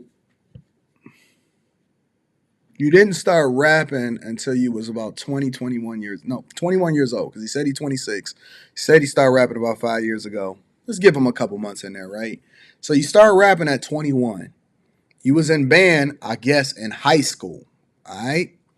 So it's a gap in there, because if you graduated when you're 17, 18, 19 years old, let's just say you graduated late, you graduated at 19.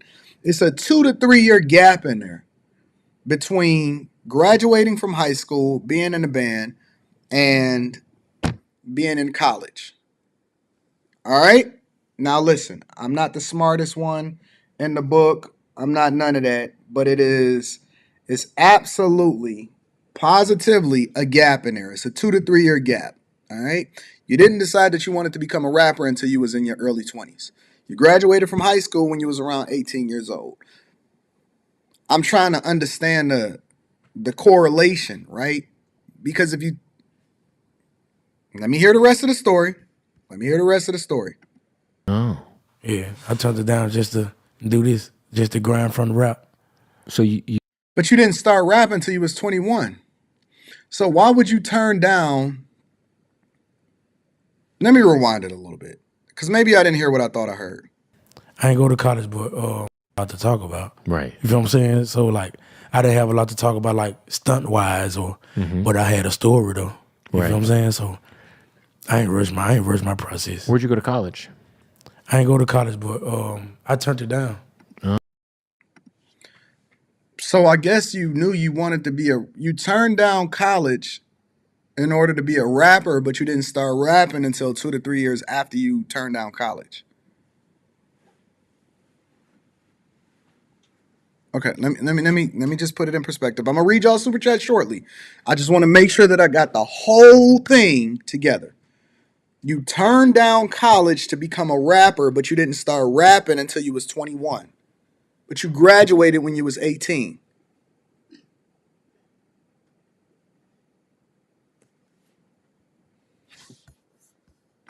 Oh. Yeah, I turned it down just to do this, just to grind from the rap. So you had an opportunity to do the drumming thing. A scholarship and everything. Where at? I think it was like in Jacksonville. Yeah, a big band in Jacksonville. It was a big college though, and they offered me like 15, some shit like 10 million or something like that.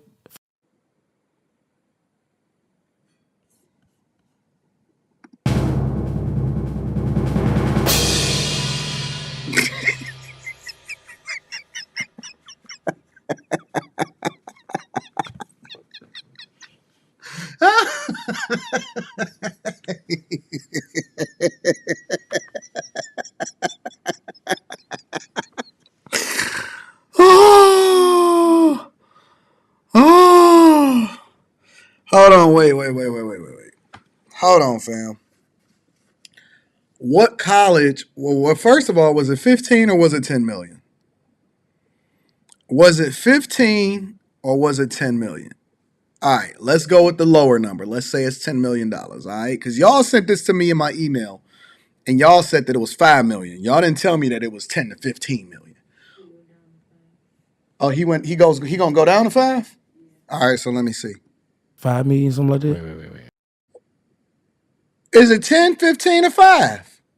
What did they offer you? Listen, it's a huge gap between 5 and 15. Yo, if a college offered me 15 M's, if a college offered me 5 M's, I'm not sure we're gonna be doing the Millionaire Morning Show right now. I'm gonna be in that bitch with my feather on my cap.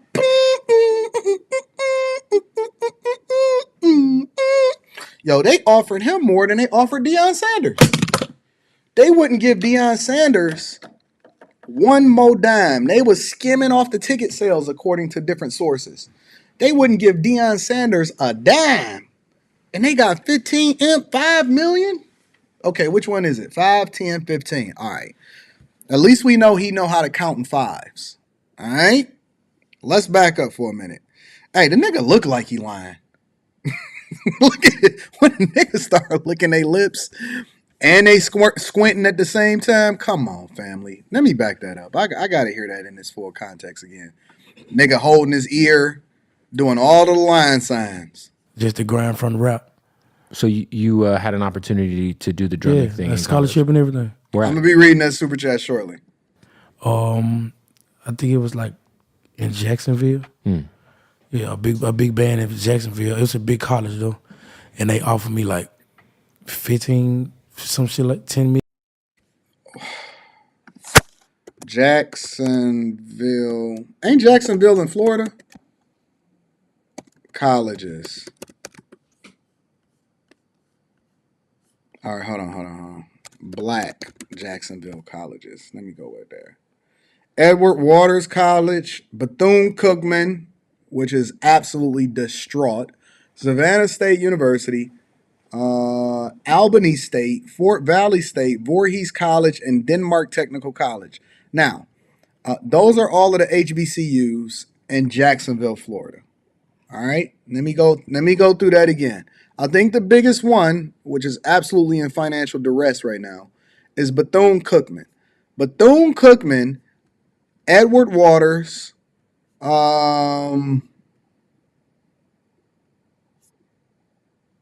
Savannah State. Look at this. The HBCU colleges website don't even work well. Albany State, Fort Valley State, Voorhees College, and Denmark Technical College. Now, which one of these colleges, I'm just curious, which one of these colleges have the ability to be able to offer this man a $10 million deal to come up there as the front of the drum line and be able to be stomping with his James Brown shoes on? Million or something like that. 5 million, something like Wait, that. wait, wait, wait. A scholarship. Okay, but not $5 million.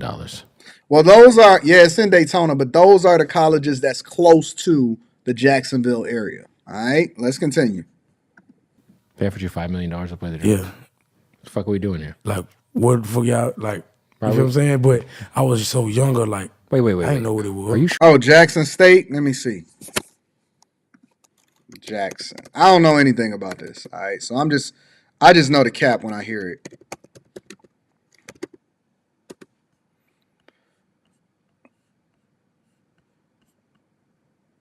Jackson State. Yo, their website don't even look like they spending no money on no shit. Shout out to Jackson State. Website looked like it just came straight out the cookie cutter.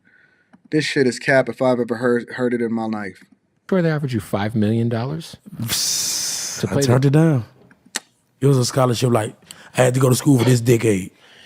But you would get $5 million? Yeah. That was they, it was somewhere, it was in the millions, though.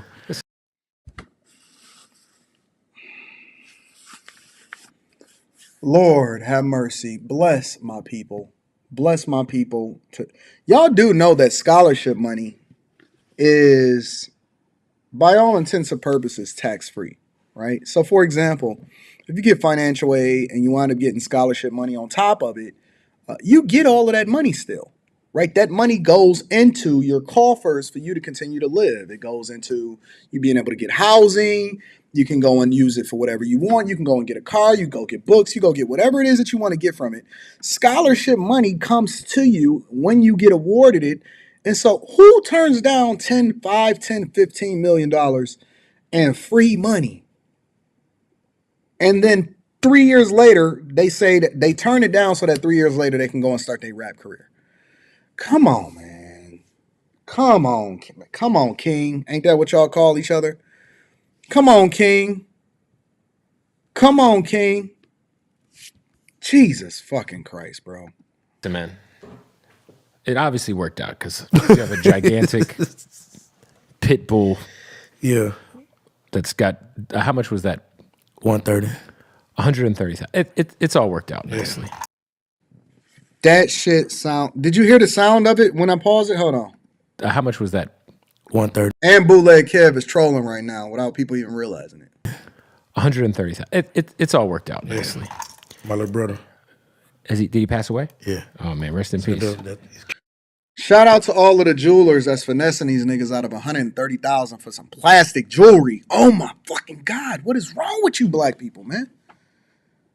Shout out to the jeweler that finessed him out of $130,000. Did you hear it? Did you hear how trash that junk sounded? How much was that? 130. 130,000. It's Listen all worked to out it. nicely. My little brother. Did he pass away? Yeah. Oh man, rest in peace. It's Q dog. That's a crazy chain. Yeah.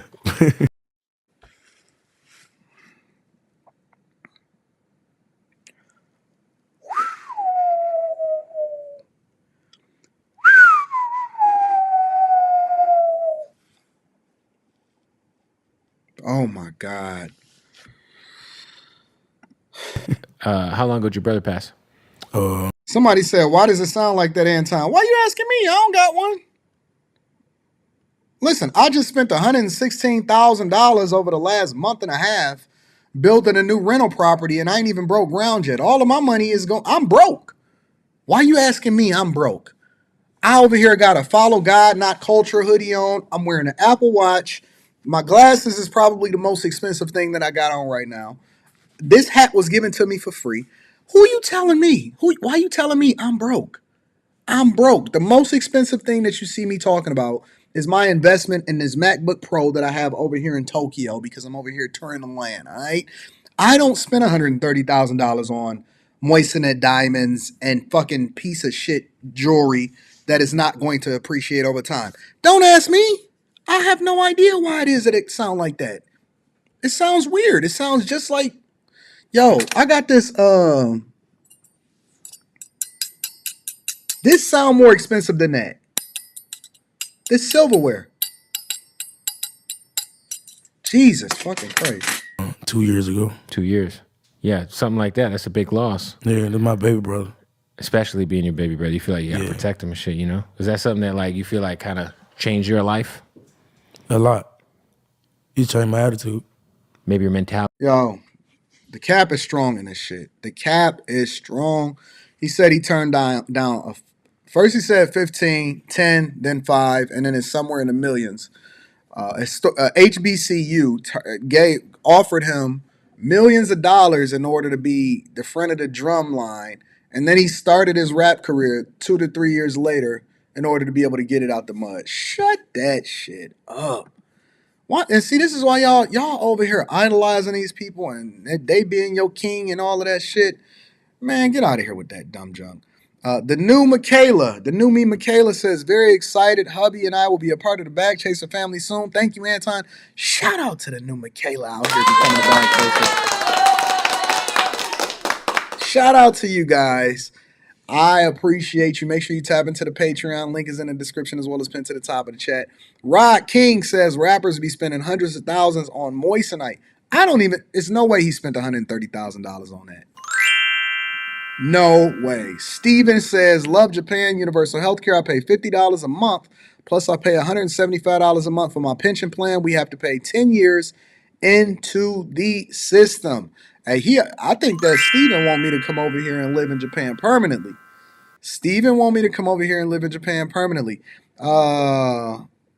Merquad Deals and Dro McLeod says, AD, keep doing what you're doing, brother. I appreciate you. Thank you, my friend, for holding me down.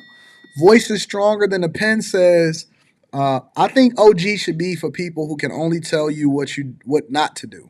Elder should be for people who you align yourself with to better your life. But elder just don't hit the same. Elder sound like something that we talk about in church. You know, Elder Daniels over there. Nah, it just don't hit the same. We gotta find a better way to communicate that. 85 is in the building. 85 says, Larry Elder went on the Breakfast Club today and tried to hold the culture accountable, and they gave every excuse to condone it. The same chick that went hard at Vivek went at him too. Wild. Send me that. We're going to be addressing that tomorrow. Send me that. We need to address that tomorrow. If that is true, I am very much interested in it. Shout out to you. Also, Brock is in the building. Says, sorry, Anton down here had plenty of thugs in the band. It's real different down here, bro. Wall Street Trapper was in the band, and you know his history. I have no idea of what Wall Street Trapper's history is. Well, I don't know why y'all be thinking that I be knowing what these people's history is. I don't be studying them. You ain't never seen me do a breakdown on Wall Street Trapper. I know that he got a platform. I know that he's pretty popular, but I don't know anything about him. Shout out to Christian Bailey in the building. Just dropped that off in a collection plate and kept it moving. I appreciate you. Steve says, you should also check out the Soul Food House in Tokyo, about 14-minute walk from where you at to get your steps in, your rings, and take a taxi. It take about a 6-minute ride.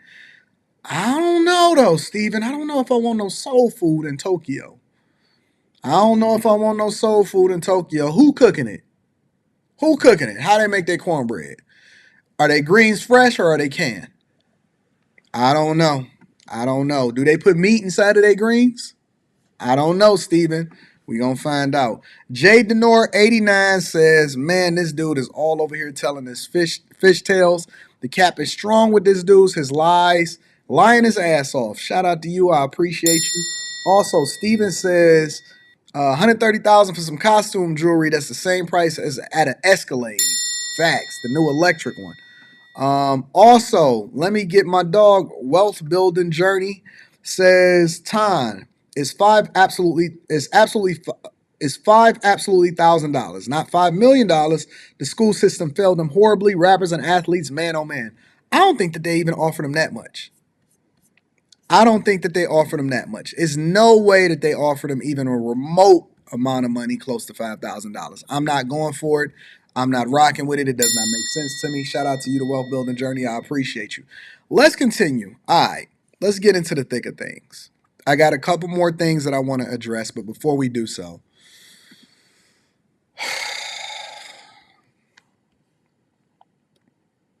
I did not want to go here.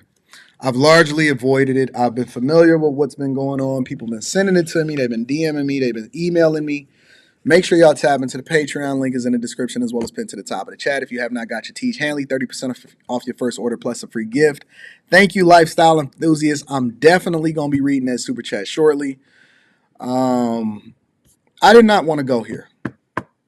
I did not want to have this conversation about Derrick Jaxn. Jackson, call me Miss Jackson if you're nasty. But, all right. If this is what y'all want to do. Is this what we doing today? On a Thursday? Thursday morning for y'all? Friday evening or Friday morning for me? 12, is it 1:30 in the morning for me? Friday, 1:30 in the morning. It is dark outside. I know it's light outside for y'all. Y'all see that? You see the city in the background? Yeah. All right. Well, this is what we doing. I have not seen it. I don't know what it is that he's going to say. Why are we doing this, y'all? I'm going to try to scrub through it because, again, this is a long episode. I'm trying to get to the meat, and so we're going to try to get there. Again, that's kind of whenever she found out through the All right, let me get there. Button and subscribe. Make sure you turn on your come on any podcast up until recently. So what made you decide to go do it? I'm trying to figure out, because Derrick Jaxn, well, first of all, why is he going on safe platforms? Well, I understand why he's going on safe platforms, but he's largely avoided podcasts. Let's get into it. I want to see what's happening. I'm not really big on coming and doing interviews and talking about myself, but this one is a little bit different because it involves, things that kind of hit closer to home. So I felt like I could contribute something to the conversation. If it's going to be had, I think it's best if it's had with both sides of a story, and one day whenever my children do see mommy and daddy talking about this, I want them to see where we both stand and hopefully how we both resolve things. So that was it, man. You say mommy and daddy, so your ex-wife or current wife, I know y'all going through whatever y'all going through, Danae was on the podcast. A lot of times people, when I did the episode, I was laughing a lot. Reading that super chat shortly. On the episode, she has this funny wit. She has this I say this little Seinfeld humor. Yeah. Was that something that attracted you to her at the very beginning? Yeah, she had a sense of humor since the beginning, man. You wouldn't think it because she's kind of an introvert. Right. So she doesn't feel comfortable talking to new people often, at least she didn't, or in big groups, but like once she gets comfortable or when she feels like she can trust you, she opens up and she's hilarious. and so that's what happened in my pre-interview with her. I was talking to her. I was like, this girl is hilarious. This girl is funny. So we did on the episode, a lot of people was like, they're talking about serious stuff and they're laughing about it. Why are they? And she was like, Lateris, if you weren't laughing, I wouldn't have been able to do 2.5 hours of an interview with you. It'd have been too heavy. I'm a scrub through. I want to get to something decent.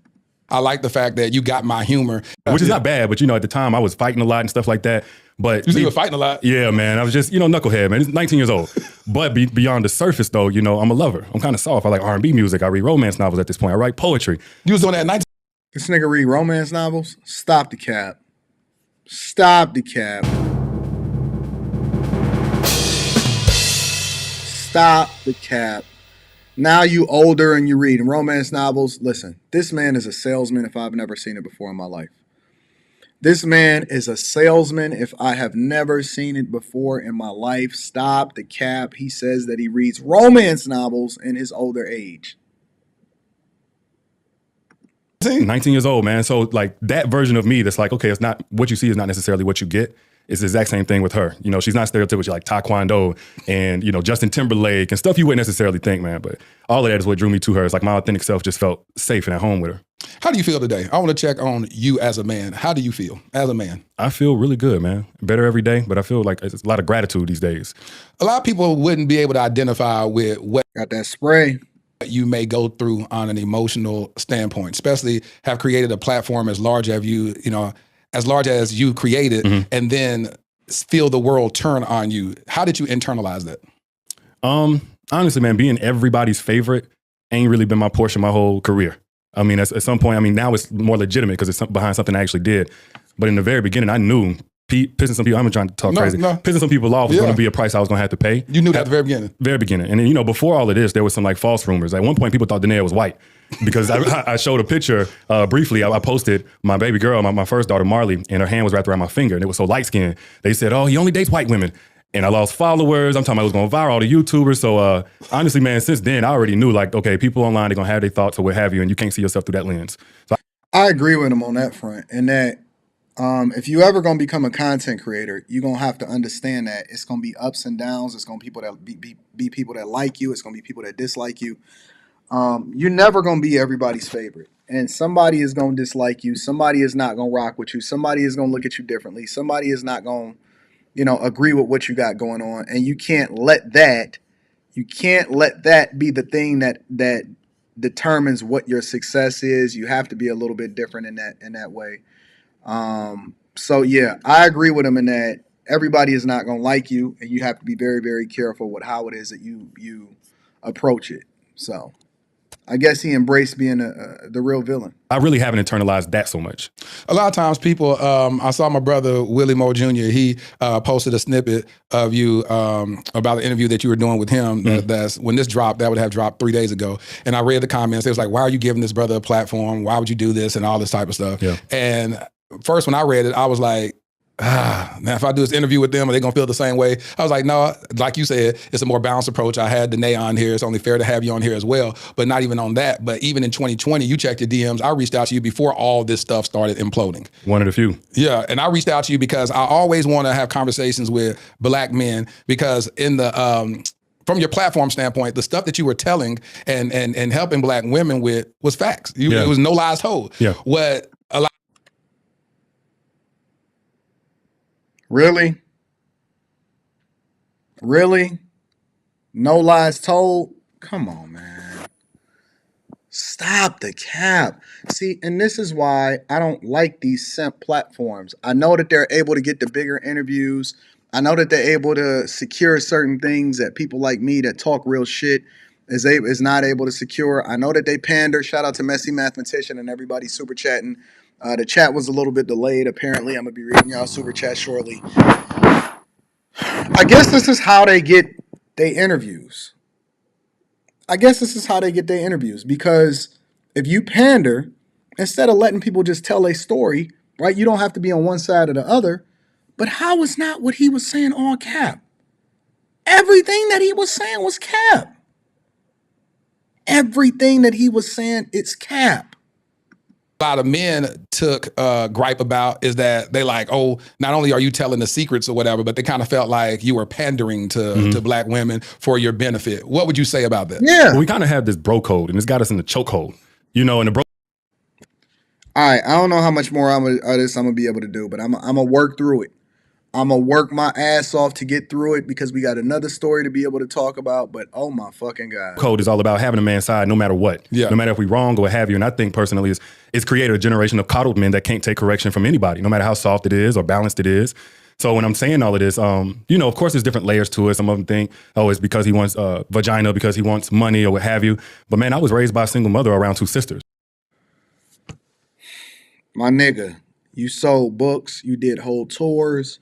You did a whole fucking series and had shit to say about Kevin Samuels. Man, what are we? Is this okay, so here's my question. Either he is capping or he's gotten to a point. It's only one of three situations. Either you capping and you still, living in a lie. You still selling a narrative so that you can make money. Or number three, you really start to believe the lie. Because there's a lot of people, and a lot of people don't really understand this. It's a lot of people in society that they've been engulfed in it so much that they really start to feel the juice. They'll believe that they really are something or what they saying is true, even though the reason that they got into this shit in the first place was not authentic. They really start to believe they shit. So either is one of the three. Which one is it? Because come on, fam. You not really selling this to me. And you not really. Yo. This is one of the best salesmen of all time. This is one of the best salesmen of all time. Even through thick and thin, he is going to sell you the shit. naturally I lean towards the woman's point of view on things. Anything else would be disingenuous. And it's not that everything that I'm saying is necessarily right, but it's how I see things. And then if you take from that, just say, your interview with Danae, you were speaking in a way that was protective as her brother, empathetic. You was calling wrong. That wasn't you pandering. Right. You per the situation that you speaking on, this is the truth. Right. But whenever you're telling the truth that makes people uncomfortable or a truth that's not popular, they're gonna look for a way to attack you. Well, I know one thing is for sure. If I ever want to go and get to a bag, if I just completely fall off in everything in my life, if my real estate all get taken from me, if I get fired from corporate America, if my companies never work out, if everybody in the world just completely turns on me, I know all I got to do is go to the fucking gym and sell women on what it is that's best for them by telling them a bunch of fucking lies and they gonna believe it. I know that, matter of fact, gym bros, I'm gonna go ahead and put my alternative plan into place right now, just in case my entire life implodes and I have nothing else and everybody steals everything from me. I'm going straight to the gym and I'm going to start getting my spiel together because I know that, listen, I can run up the bag off the sisterhood by pandering easily. I can easily start pandering off of this shit if this is what y'all going for. Either way it go. I can respect that. I asked you, I said, Derrick, if you were given the opportunity to name this episode, what would you name it? And what did you say? Reap what you sow. Why? Why'd you say that? I think whenever I've talked about these different rules and what have you, some people take from it like, okay, he's promoting perfection. We're going to mess up sometime. And my whole MO has been like, okay, if you're going to mess up, you just got to understand that come with consequences. You reap what you sow. Even whenever I started mentioning God, I gave my life to Christ February 4th, 2020. And people were like, oh, you can't bring God into it. I'm like, the God I serve says you reap what you sow. Oh, this nigga is giving us the God pitch. He's giving us the accountability, the responsibility that men are still pieces of shit. Oh my God, this nigga is the greatest salesman of all time. Lean into God. I gave my life to Christ on February. Wait. When did he say he gave his life to Christ again? Let me rewind that shit. Hold on. Give me a second. Mess up. You just got to understand that come with consequences. You reap what you sow. Even whenever I started mentioning God, I gave my life to Christ February 4th, 2020. And people were like, oh, you can't bring God into it. I'm like, the God I serve says you reap what you sow. And I'm no exception.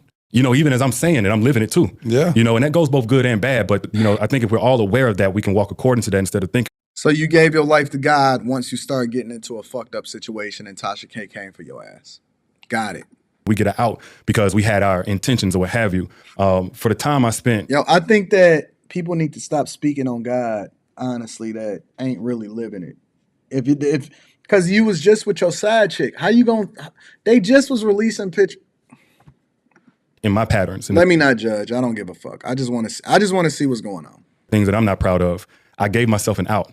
I gave myself excuses. Well, I felt like this and she did that. And I wasn't operating according to what you reap what you sow. Yeah. Not what's sown by your partner, not what's sown by the circumstances, and your daddy wasn't there.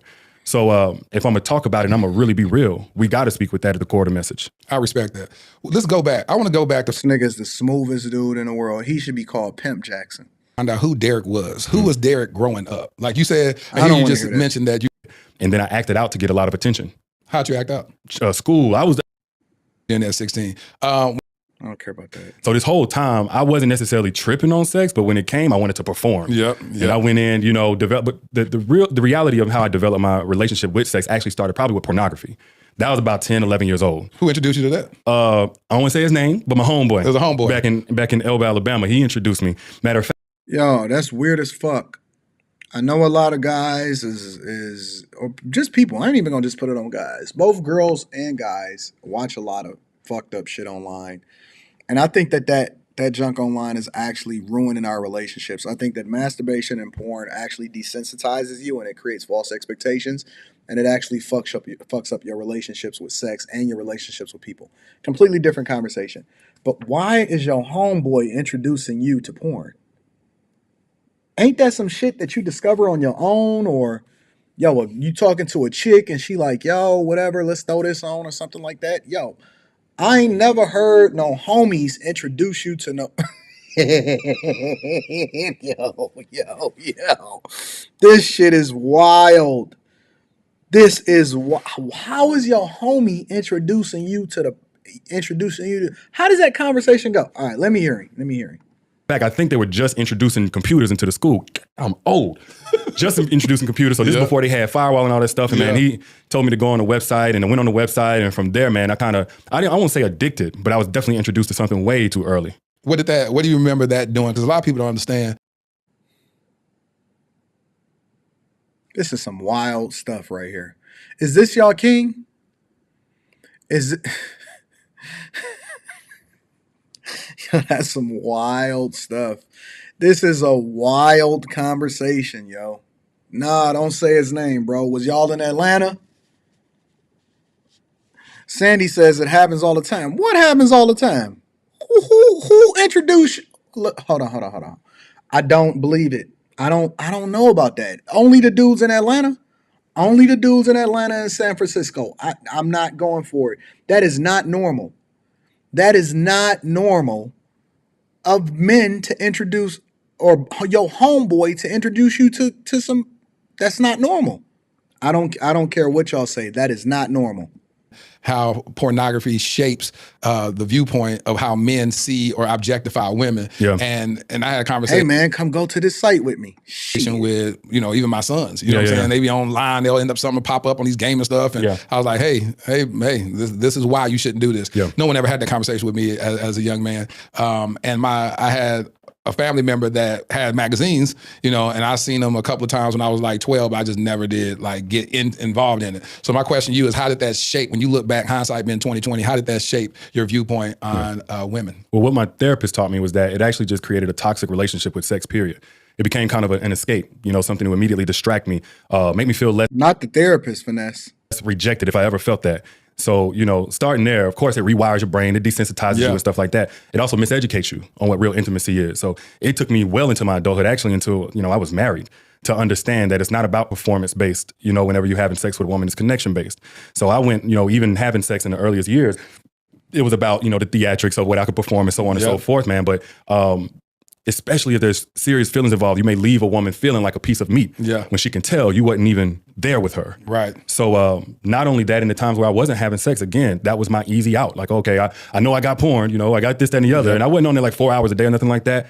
But I developed some nasty habits of when I'm really, really stressed or hurt or grieving or whatever. I can do this and then go to sleep, or I can do this to get my mind. I can break the pattern by doing this. So that was pretty much it, man. You're in college. You go to college. How did you meet Danae? Math class. She walked in. I think she had on a black colored button up with black slacks, pretty face, slanted eyes, nice curves. But honestly, it was all physical when I first looked at her. And then I saw her notebook and I saw that she was into music. And I was like, oh, I thought she was like a bottle girl or something like that. You know what I'm saying? No, I was like, I saw her on the saxophone and stuff like that. So I asked about it. And she had a really soft voice, somewhat of an innocence about her.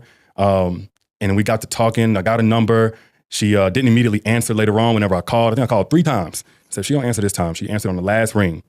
And from there, man, we talked through the night. We did all of the stuff that we think about in high school and college, like on the phone. Yeah, I do think that is something wrong here. I think that is something that we not picking up on. I can't put my finger on it. And I'm just going back to his conversation where he said that he developed some really nasty habits. I don't know what that means, right? If you masturbate or you beat off, then that's one thing. But what the fuck is the nasty habit thing? Because porn, honestly, or masturbation is a pretty normal thing in our society today. And I don't engage in it. I don't believe in it because I don't want it to desensitize me, or I don't want it to ruin my appetite for what it is that I got going on. But what the fuck is the nasty habit part? I don't understand it. He said he wasn't into it to where he wasn't like 4 hours a day or some stuff like that on some Kirk Franklin shit. But he said that he developed some really, really nasty habits. I don't know what that is. Is it the type that he was looking at or something like that? What does that mean? I don't know what that means. I have no idea what that means. But that shit, like even trying to move past it and get into the next part of the video, that shit just didn't sit right with me. Over now, we were inseparable, man, for like that first 2 months. Just again, people looked at me a certain way, and I was misunderstood. But with her, even being goofy and bubbly, like my personality is naturally I'm usually the jokester. Okay. So between that and I had an interest that most guys would think is soft. Again, I love Terry McMillan and Air Jerome Dickey books. I love R&B. I work out to R&B to this day. Who the fuck work out to R&B music? Who is working out to Anthony Hamilton and Donnell Jones, my nigga? Who is working out to Division? Who working out to Maxwell? What the fuck is going on with this guy? Honestly, I have no idea. I don't know if he's a hybrid. I don't know what the fuck is going on. Is he selling us a product? Is he trying to still connect with the ladies? Is he continuing to ring them in? I don't know. I'm so confused. This is the type of guy that you got to watch yourself around, because he'll fucking I don't know who works out the R&B music. I've heard of people working out the house music, electronic music, trance music. I've even heard some white boys taking off their earphones and you can hear the blaring, rock and roll in it and all of that stuff. Who works out the R&B music? Saying on the way home from football games, I was writing poetry. Coincidentally, Dear Future Wife post, man, back in the day. You can you can search on Twitter right now, put in hashtag Dear Future Wife and Derrick Jaxn. You'll see from 2010. I was on. So all of that soft stuff, she didn't judge me for, though. She loved it. She loved my poetry. She wrote poetry. And one time, this is when I knew it. Oh, this is the one right here. I told her when I was younger, we love peanut butter and jelly sandwiches. Didn't know that's how mama was making that money stretch, but I loved it. It was a delicacy to me. You better talk about it. She, before practice one day, she was like, I need to see you. I was like, okay, for football practice. And she ran up to me with 2 sandwiches, one with white bread, one with wheat bread, and said, I didn't know which one you was gonna like, but I know you like PB&J. Really? I called my mama on the way to practice. I said, Mama, I found the one. Go and get your dress ready. It's going down. I'm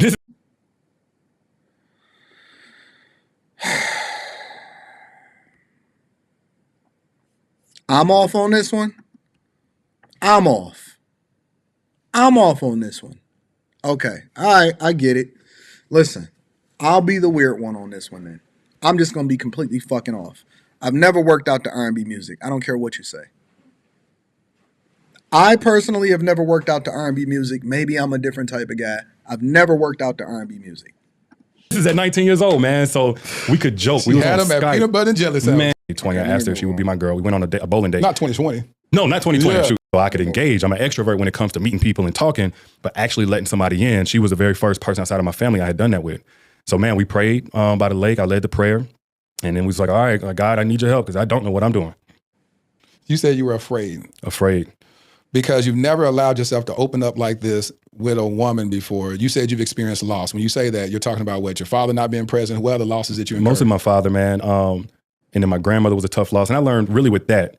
And everybody lost somebody, but I learned with that I'm horrible at grieving. I don't do well with that. And I learned later on in therapy it's because of how I internalized my father's loss. I had so much meaning I put to it as far as like what that means for me.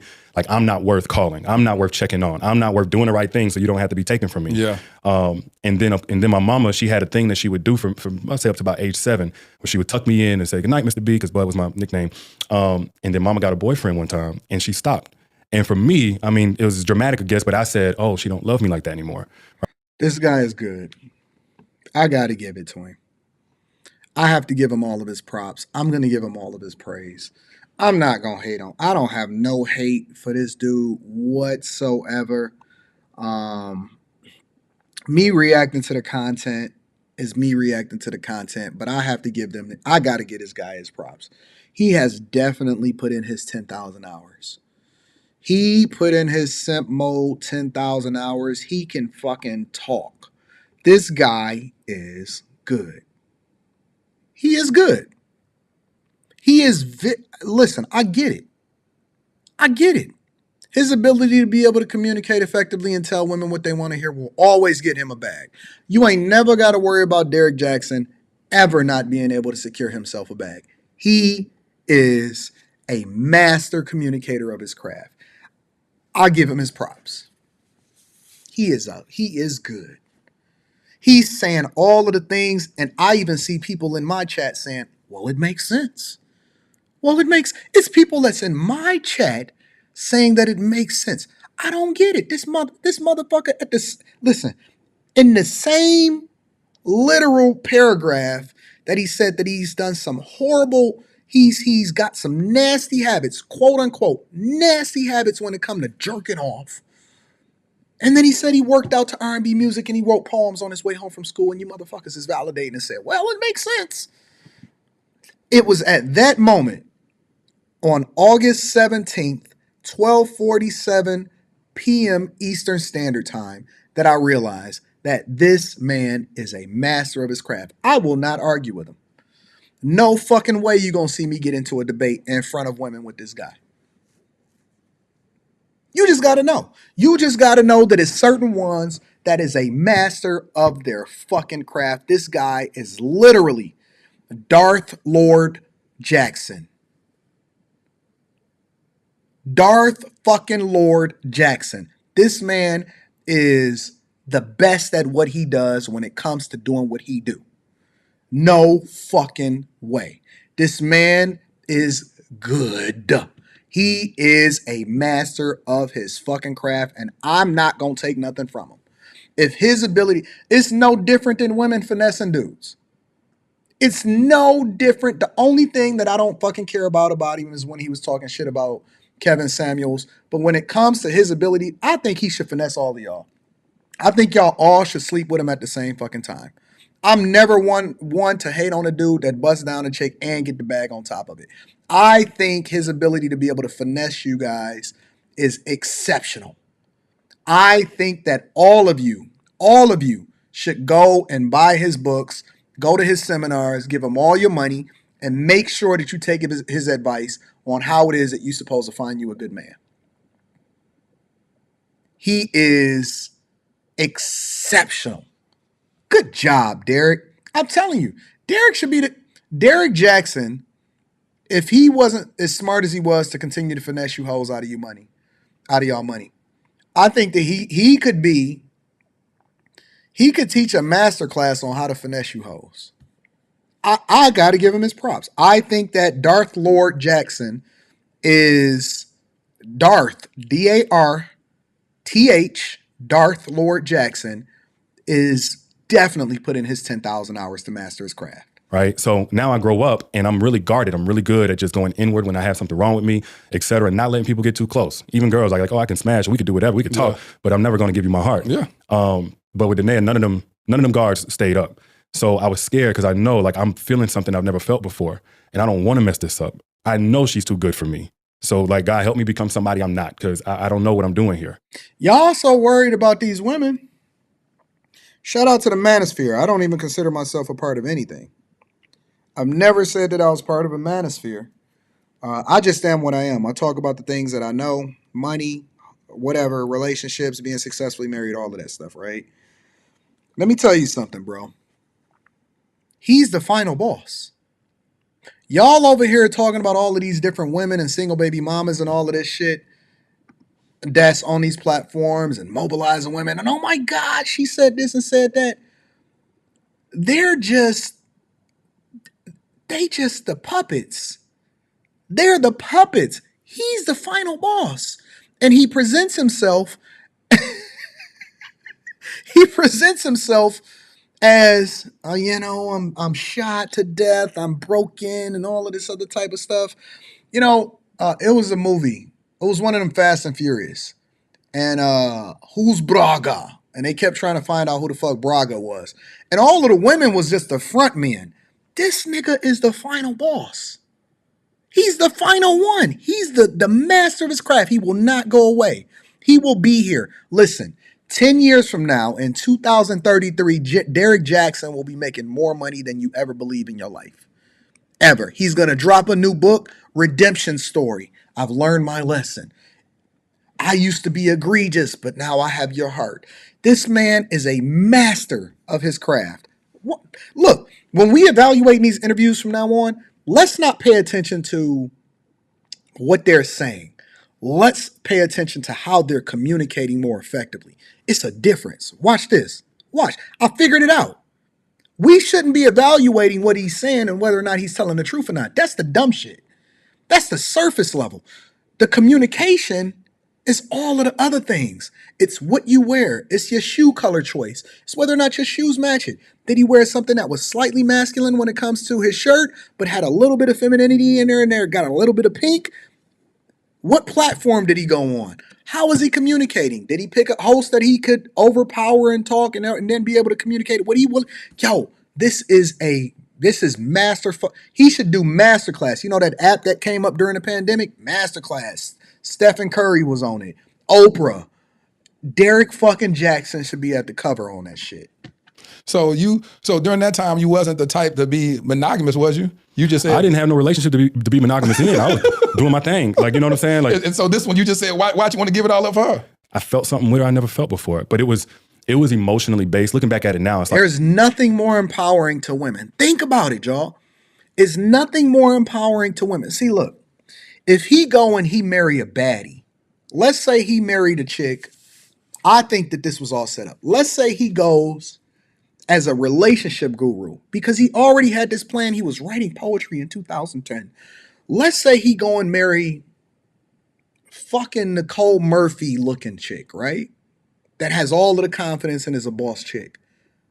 He don't sell as many books because he can't then sell that narrative to where you can relate to it as a consumer, as a woman. But if he married the church chick, the damsel in distress that got the helmet of righteousness on, and he's actually more relatable, then he can sell you on the idea that, look, listen, guys, it's not about that. You have to empower our ladies. This is a fucking masterclass. Listen, why would he? Because if you can do what you want to do in your own life, on the side, you fucking all of the bad chicks anyway, right? And then if you marry the one and your presentation layer is like this, in order for you to then be able to reach the hearts of those that didn't think that it was possible, how can you not sell more books?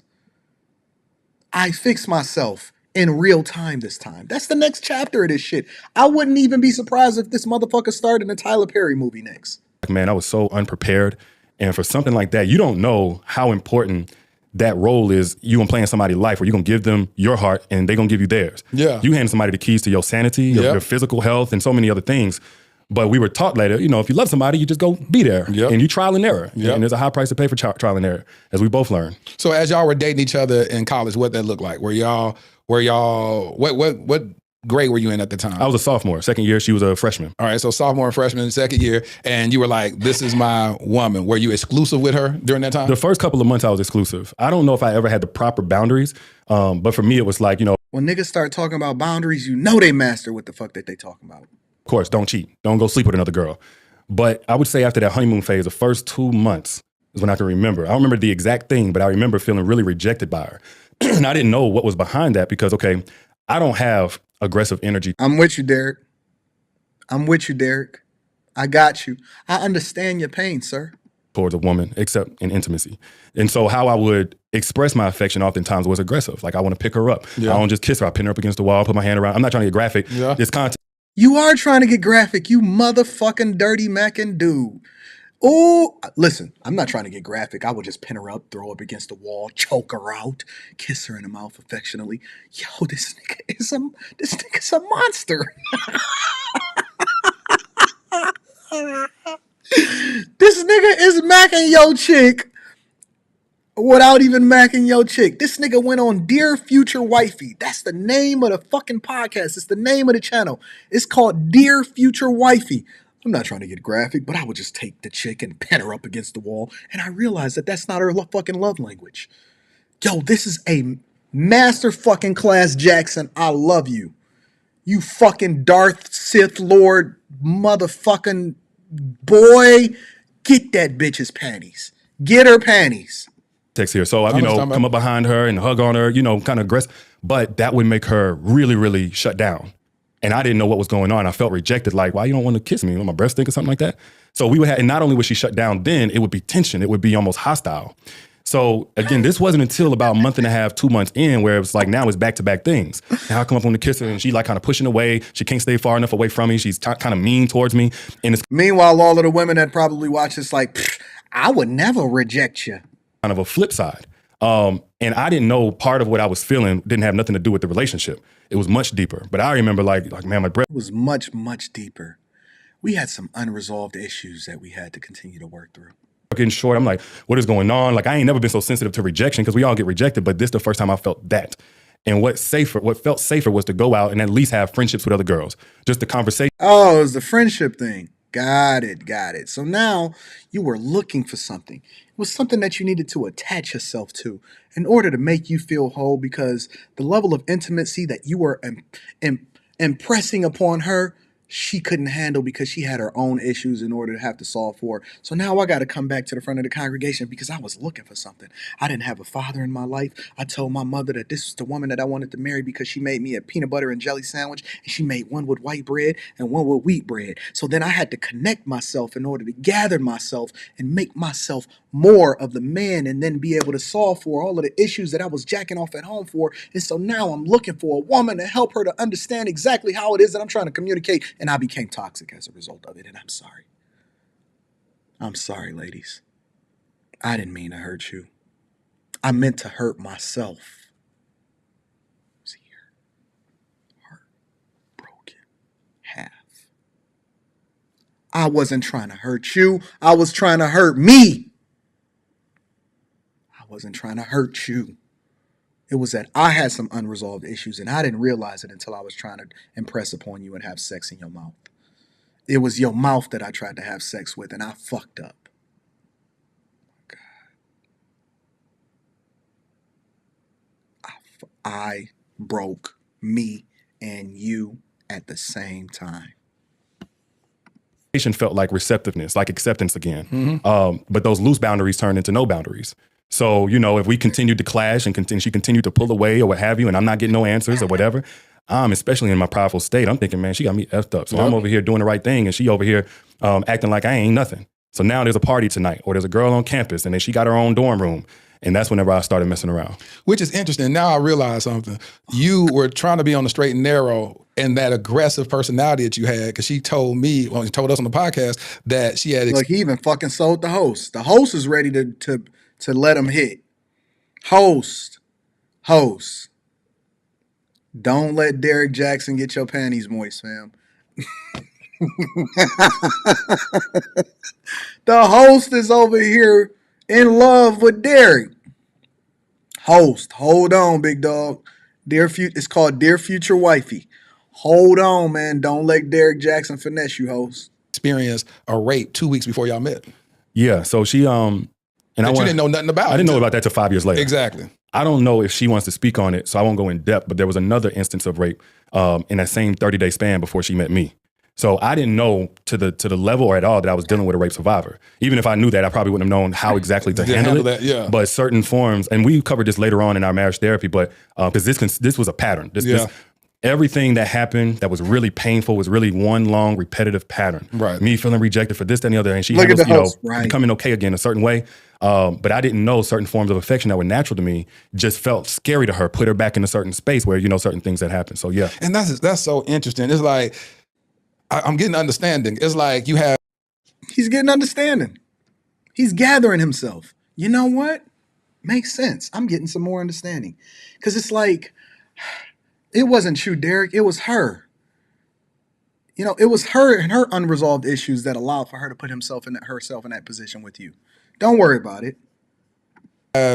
This woman who has experienced this huge violation of her body, her soul, her spirit, this brokenness. She meets this guy who she says she just loved him. She loved your dirty draws. You're wanting to show your affection. You grabbing her by her neck. You being aggressive physically, from a sexual standpoint. She's getting nervous. She's getting triggered on all levels. Don't even realize that she's being triggered like this. She's closing up rejection to you because you've experienced that growing up. Mom no longer is. Look at Derrick with the head nod. Because whenever somebody is going in your favor, you don't interrupt them. You just give them the... Yes. Let him have his way. Only thing we missing in this conversation is let him have his way. That's what they say in church when you doing good. Let him have his way. You and tuck you in the bed at night, rejection. So now you're like, well, now I'm going to go self-medicate. I have this history of looking at porn, and now the way I self-medicate is watching this. So now I'm going to do the outward extension of that. Yeah. Now I'm over here hanging out with girls. One thing leads to another. Now you're over here smashing. Now it's triggering her. How did she ever? Because I was triggered by your rejection of me. So I decided to go out to a party because I needed friendship.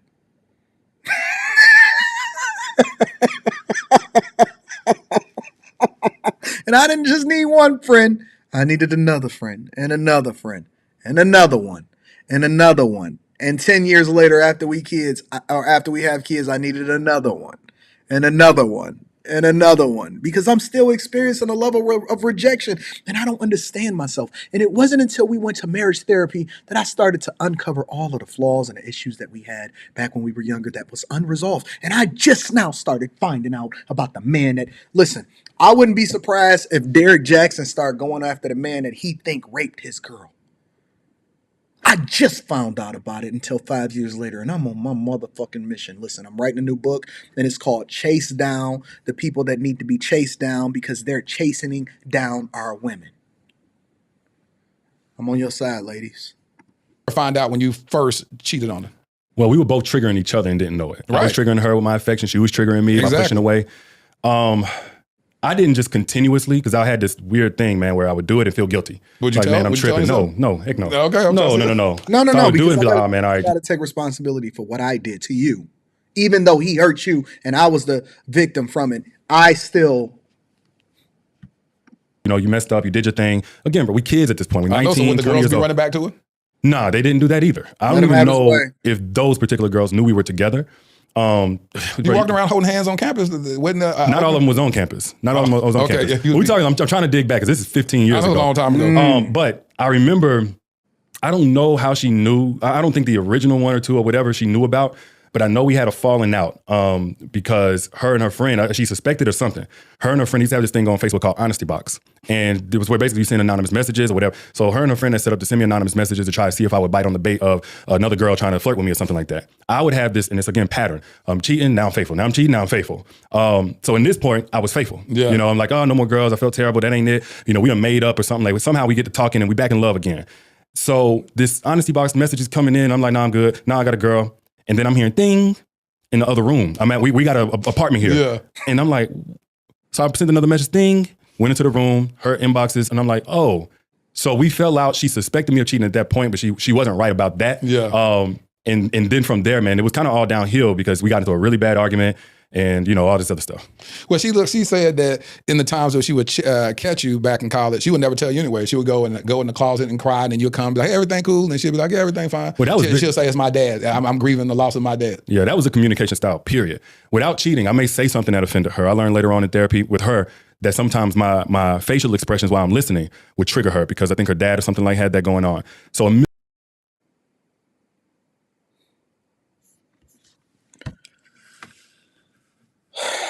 Jesus Christ.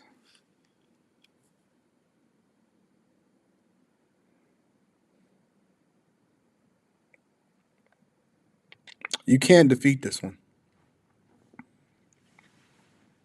Even if we got Master Yoda on our team, this one is too strong for the Force. This one is too strong for the Force. The only thing that we can try to do is contain him. You can't, he is, fuck. Because he's still playing the game. I don't know what do you equate him to? LeBron James?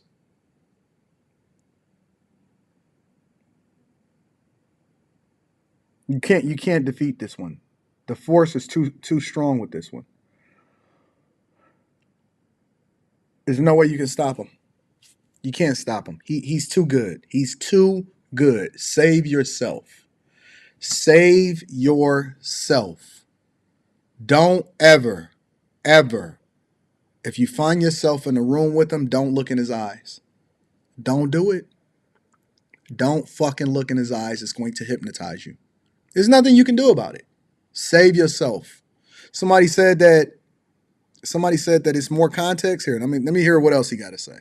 million things could be wrong with her, but then it again this dynamic of I'm begging for her to tell me what's wrong, and she don't. And I could take rejection maybe 1 or 2 days, but after 2 or 3 weeks or 2 or 3 months, now I'm starting to check out and detach without actually leaving. So it wasn't just the cheating that she wasn't talking about. She literally, if she had an issue, she held it in until she blew up. She said that. She said she held something in like 10 years and then blew a lot of stuff, man. It wasn't just that. It was a constant thing of, communication is key, but you're not communicating. And so I'm over here begging, trying. Please don't go. Please don't go. Fuck. Listen.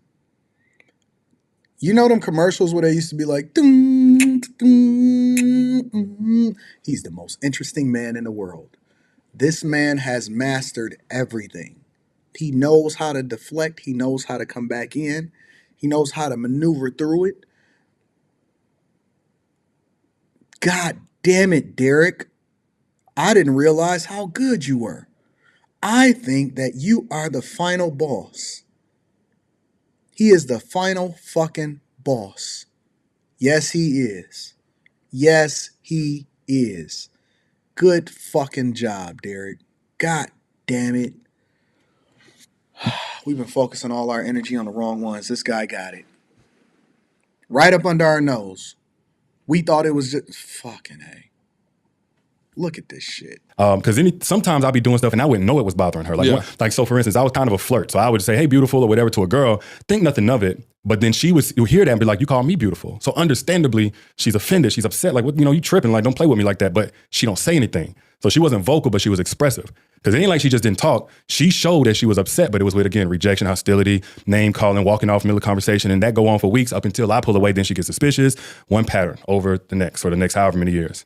So when y'all graduated high school, I get it. Let me see if I can scrub through and find something else good in this. As we get back together, we're going to be down in Atlanta together. So when at the birth of, at what stage and age did the birth of the Derrick Jaxn that we see on social media, when did that emerge? It kind of started, I would say, about 2012. I can't say social media because now I talk a lot about relationships. I didn't start off with relationships. What were you talking about? I was talking about police brutality. I was kind of like one of them online activists. Oh, really? My first time. This guy is tapping into the blackity blacks now. Oh my God, he's on your side. Online activism turned relationship guru. Fuck. Viral, my first time on national television. I went on CNN. I was speaking on behalf of Walter Scott Bush. My first time going viral, it was about Trayvon Martin and Rachel Jeantel and those folks. That's what you were doing? That was my first thing. That's the first thing I went viral with. So the first 50 to 100,000 people that was on my page, and I only separated it because I didn't want people on my personal page aggravating, how racist it is. Yeah. So I created a separate page where I was talking mostly about that.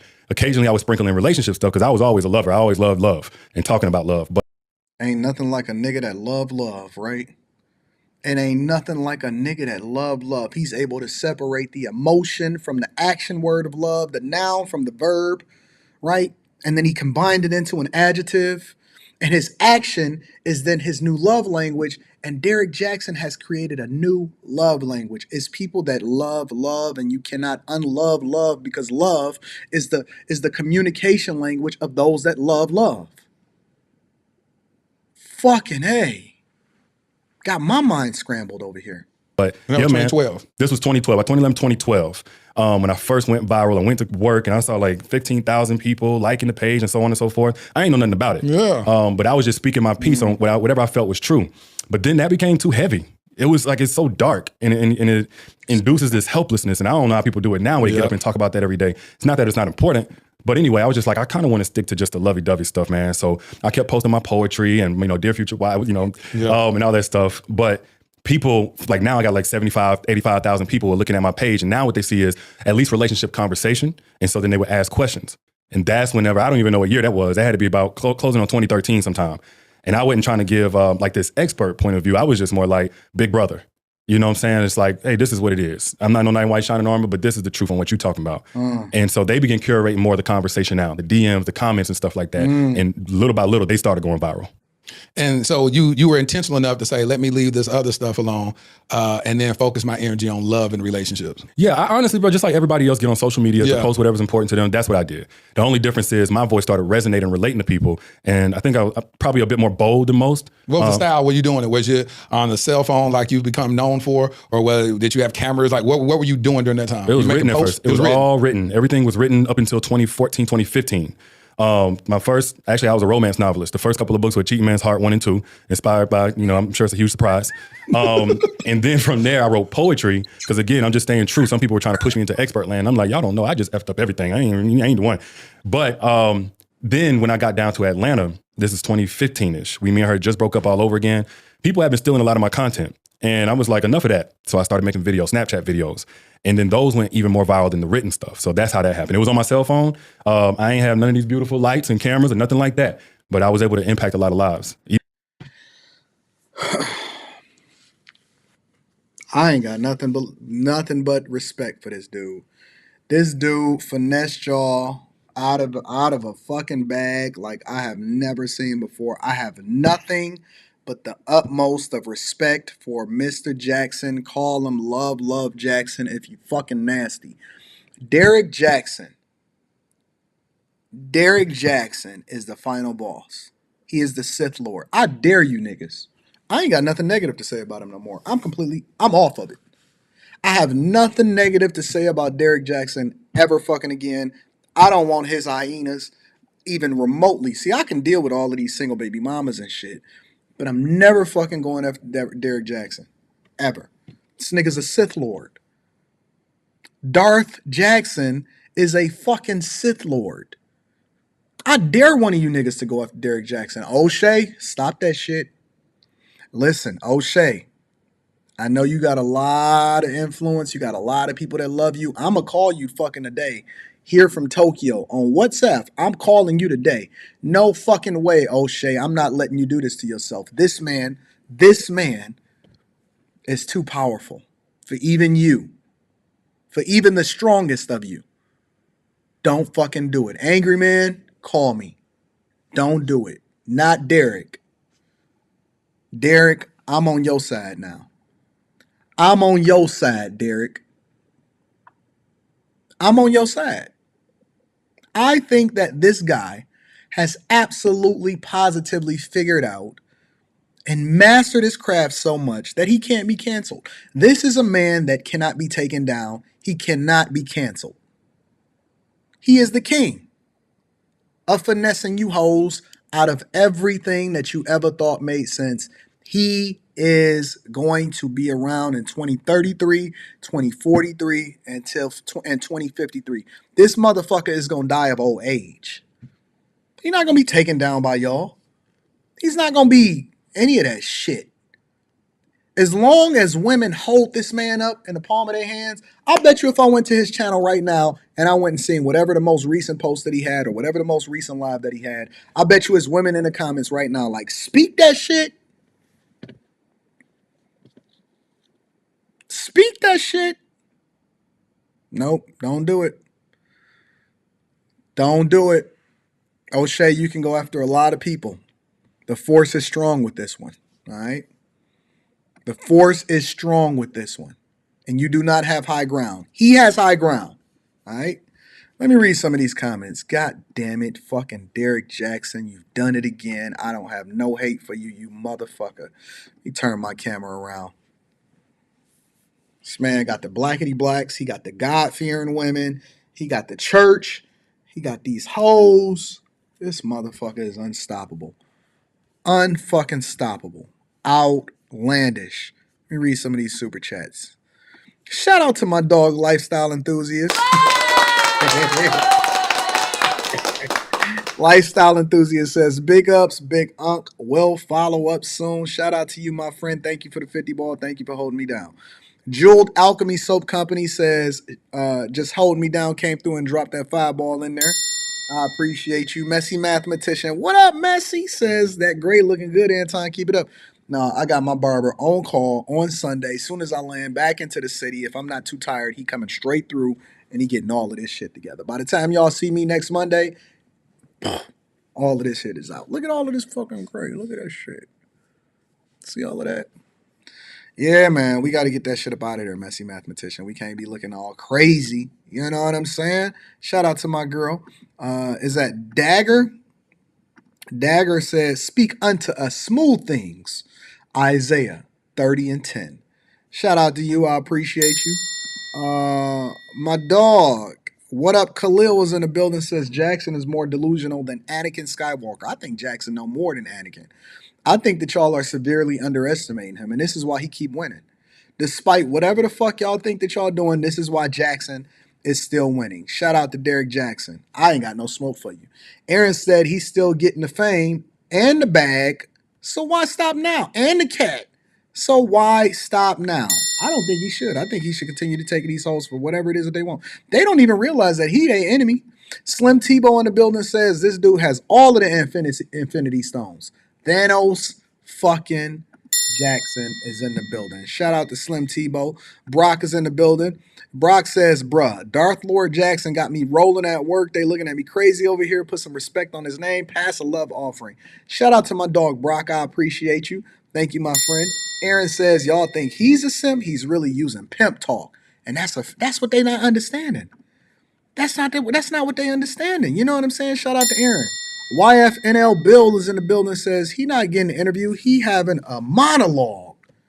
And this dude is teaching a masterclass, and we too dumb to even be able to realize it. Shout out to my dog, YFNL Bill. Eddie Premier says the only other industry he can make more money than pandering to women is in public relations. Hashtag 48 Laws of Jackson. Facts. This nigga writing romance novels. Aaron says if the host look into his eyes, it's a wrap. Gene Premier says, why is he using her trauma for his own character development? Darth Jackson is truly evil. Or the force is with him. We don't know which side of the fence that he on. You know what I'm saying? Shout out to my dog Brock. Darth Jackson is the internet equivalent of Money Mayweather. I agree. Shout out to you. Philly is in the building, says he needs to go into politics. He could blow up a lie detector machine, master level manipulator of weak-minded women. He got it. He understands these hoes. Shadow Dragon TV says you underestimate the power of the dark side. Facts. And they merely adopted the dog. It was born in it. Yo, fucking bane of the internet, Darth Jackson is out here in these streets. The game is undefeated. I love it. Take notes, man. I don't think we should be against him. I think that he could be our greatest weapon in holding these hoes accountable. You know what I'm saying? Finessing these hoes. Make sure y'all hit a like for the YouTube algorithm, subscribe to the channel, and turn on your notifications. Insanity is the name of the show, so we want to add one more thing into the front of the conversation before we go. What do y'all think the worst street in America is today, before we get out of here? When I was walking down the street here in Tokyo, it was so clean that you can practically eat off the street. I mean, if we didn't have shoes on and if there wasn't tires and all of that other type of stuff, right? I think that it would be so clean that you can eat off the street. They clean this room so good. You know how regular room service, you can come in and complain about something? It's not. I think they put brand new sheets on the fucking bed and brand new towels in the bathroom every single time I leave out of here. It's crazy. So some of y'all saying MLK Boulevard, MLK, Skid Road, Martin Luther King, anywhere Humboldt Park in Chicago. He understands the assignment. MLK in every single city is fucked up. That's true. MLK Boulevard, MLK Boulevard, MLK Boulevard, MLK Boulevard. Y'all think that MLK Boulevard is the worst street in America?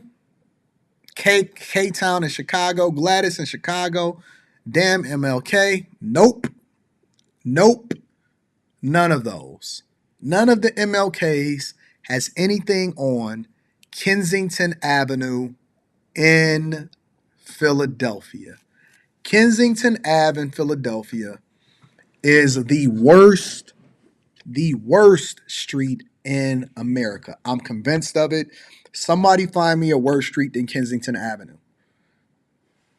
Somebody find me a worse street than Kensington Avenue here in the United States of America. I don't believe that there's a worse street in the United States of America than Kensington. Kensington Ave is worse than all of the MLKs combined, including the one here in Detroit. Watch.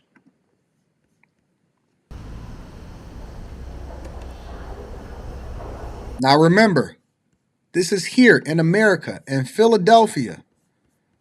This is America. Look at the street. This is a straight walkthrough. I'm going to play it. I'm just going to let you see it for yourself. Look at this.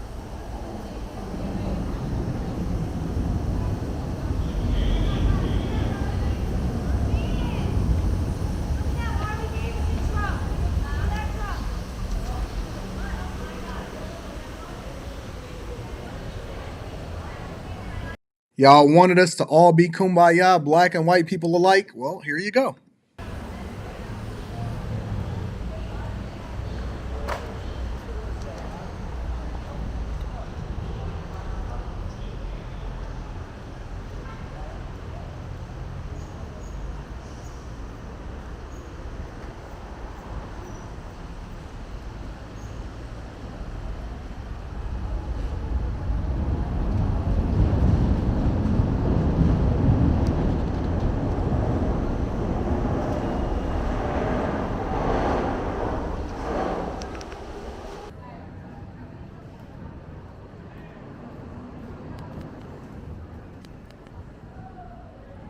Do you see the people that slumped over? That's standing up slumped over? What fucking drug is that force you to be able to sleep standing up? Everybody is sleeping standing up. What kind of drug is that you can sleep standing up on Kensington Avenue? Look at this.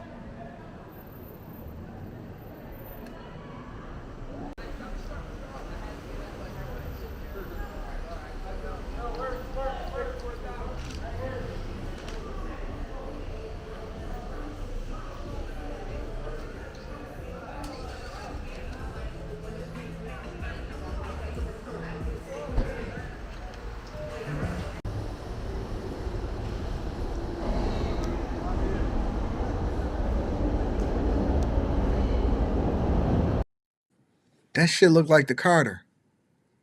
Y'all ever seen New Jack City? Have y'all ever seen New Jack City? This is real life. It looked like the Carter from New. Some of y'all ain't old enough to actually watch that movie. It looks like the Carter from New Jack City. Yo, I'm not gonna even cap, yo. It's some things I just won't try. When I was younger, if this had been 15, maybe 16 years ago, it's a strong possibility that I'd have had the courage to go over there and be able to record it myself. I don't have it in me anymore, right? My new name is Ruben Pfeffer. Ruben Pfeffer. If anybody has ever seen the movie Along Came Polly, my new name is Ruben Pfeffer. I don't have it in me anymore. I don't have it.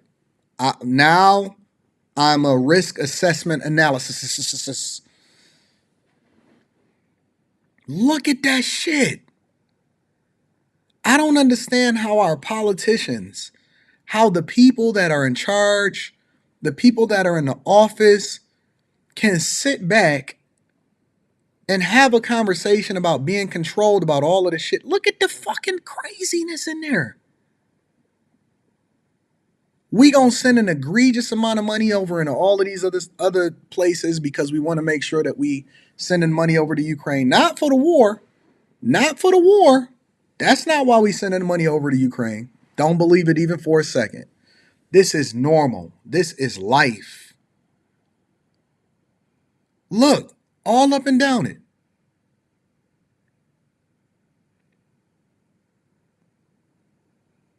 As a public servant, as a person that's in a position of power, how can you sleep at night? How is this real? Who goes and visit Philadelphia now? Look at that shit.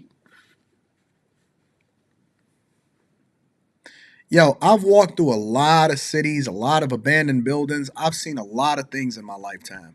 I've never, ever, ever seen anything this bad.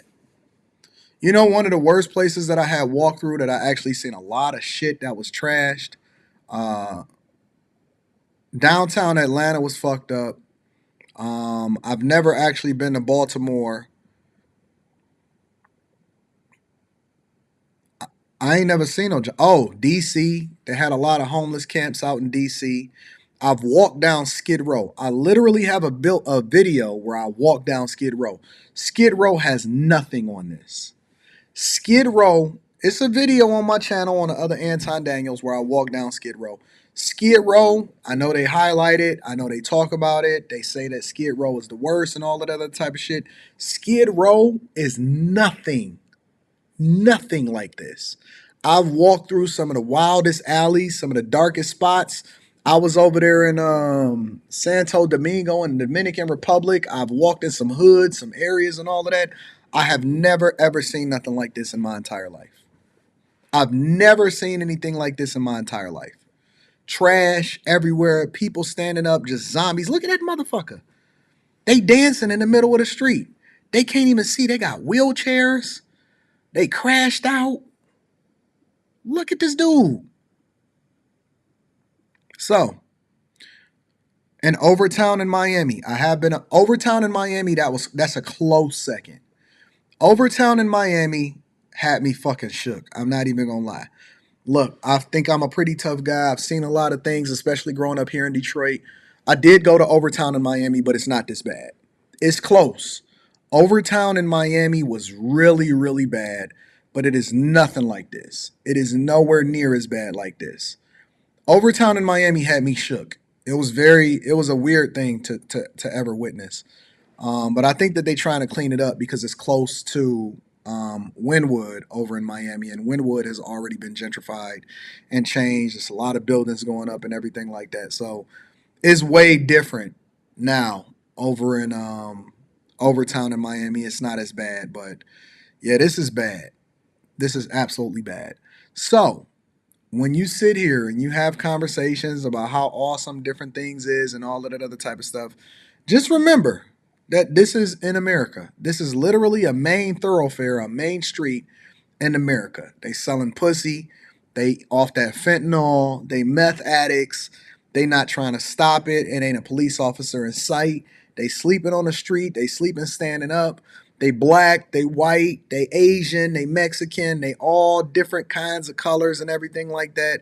They are in front of your businesses. They taking over your country, and it is going to come to a street near you. It is going to, this ain't even the 70s and the 80s where the crack epidemic was out of control. This is 2023, year of our Lord. And this is the America that you have. It's just the truth. So I wanted to leave you with that since we wanted to name and theme this whole show Insanity. I wanted to help you understand what it is that we're dealing with. I want you to know that no matter what situation that you in, you 10 times better than anything that you can possibly find yourself in when you're comparing yourself to this. No matter how many women that Derrick Jaxn finesse, at least you're not on a fucking street over here in Kensington Avenue. No matter what third world country you come from, you can still find yourself in a worse situation if you walk over to Kensington Avenue.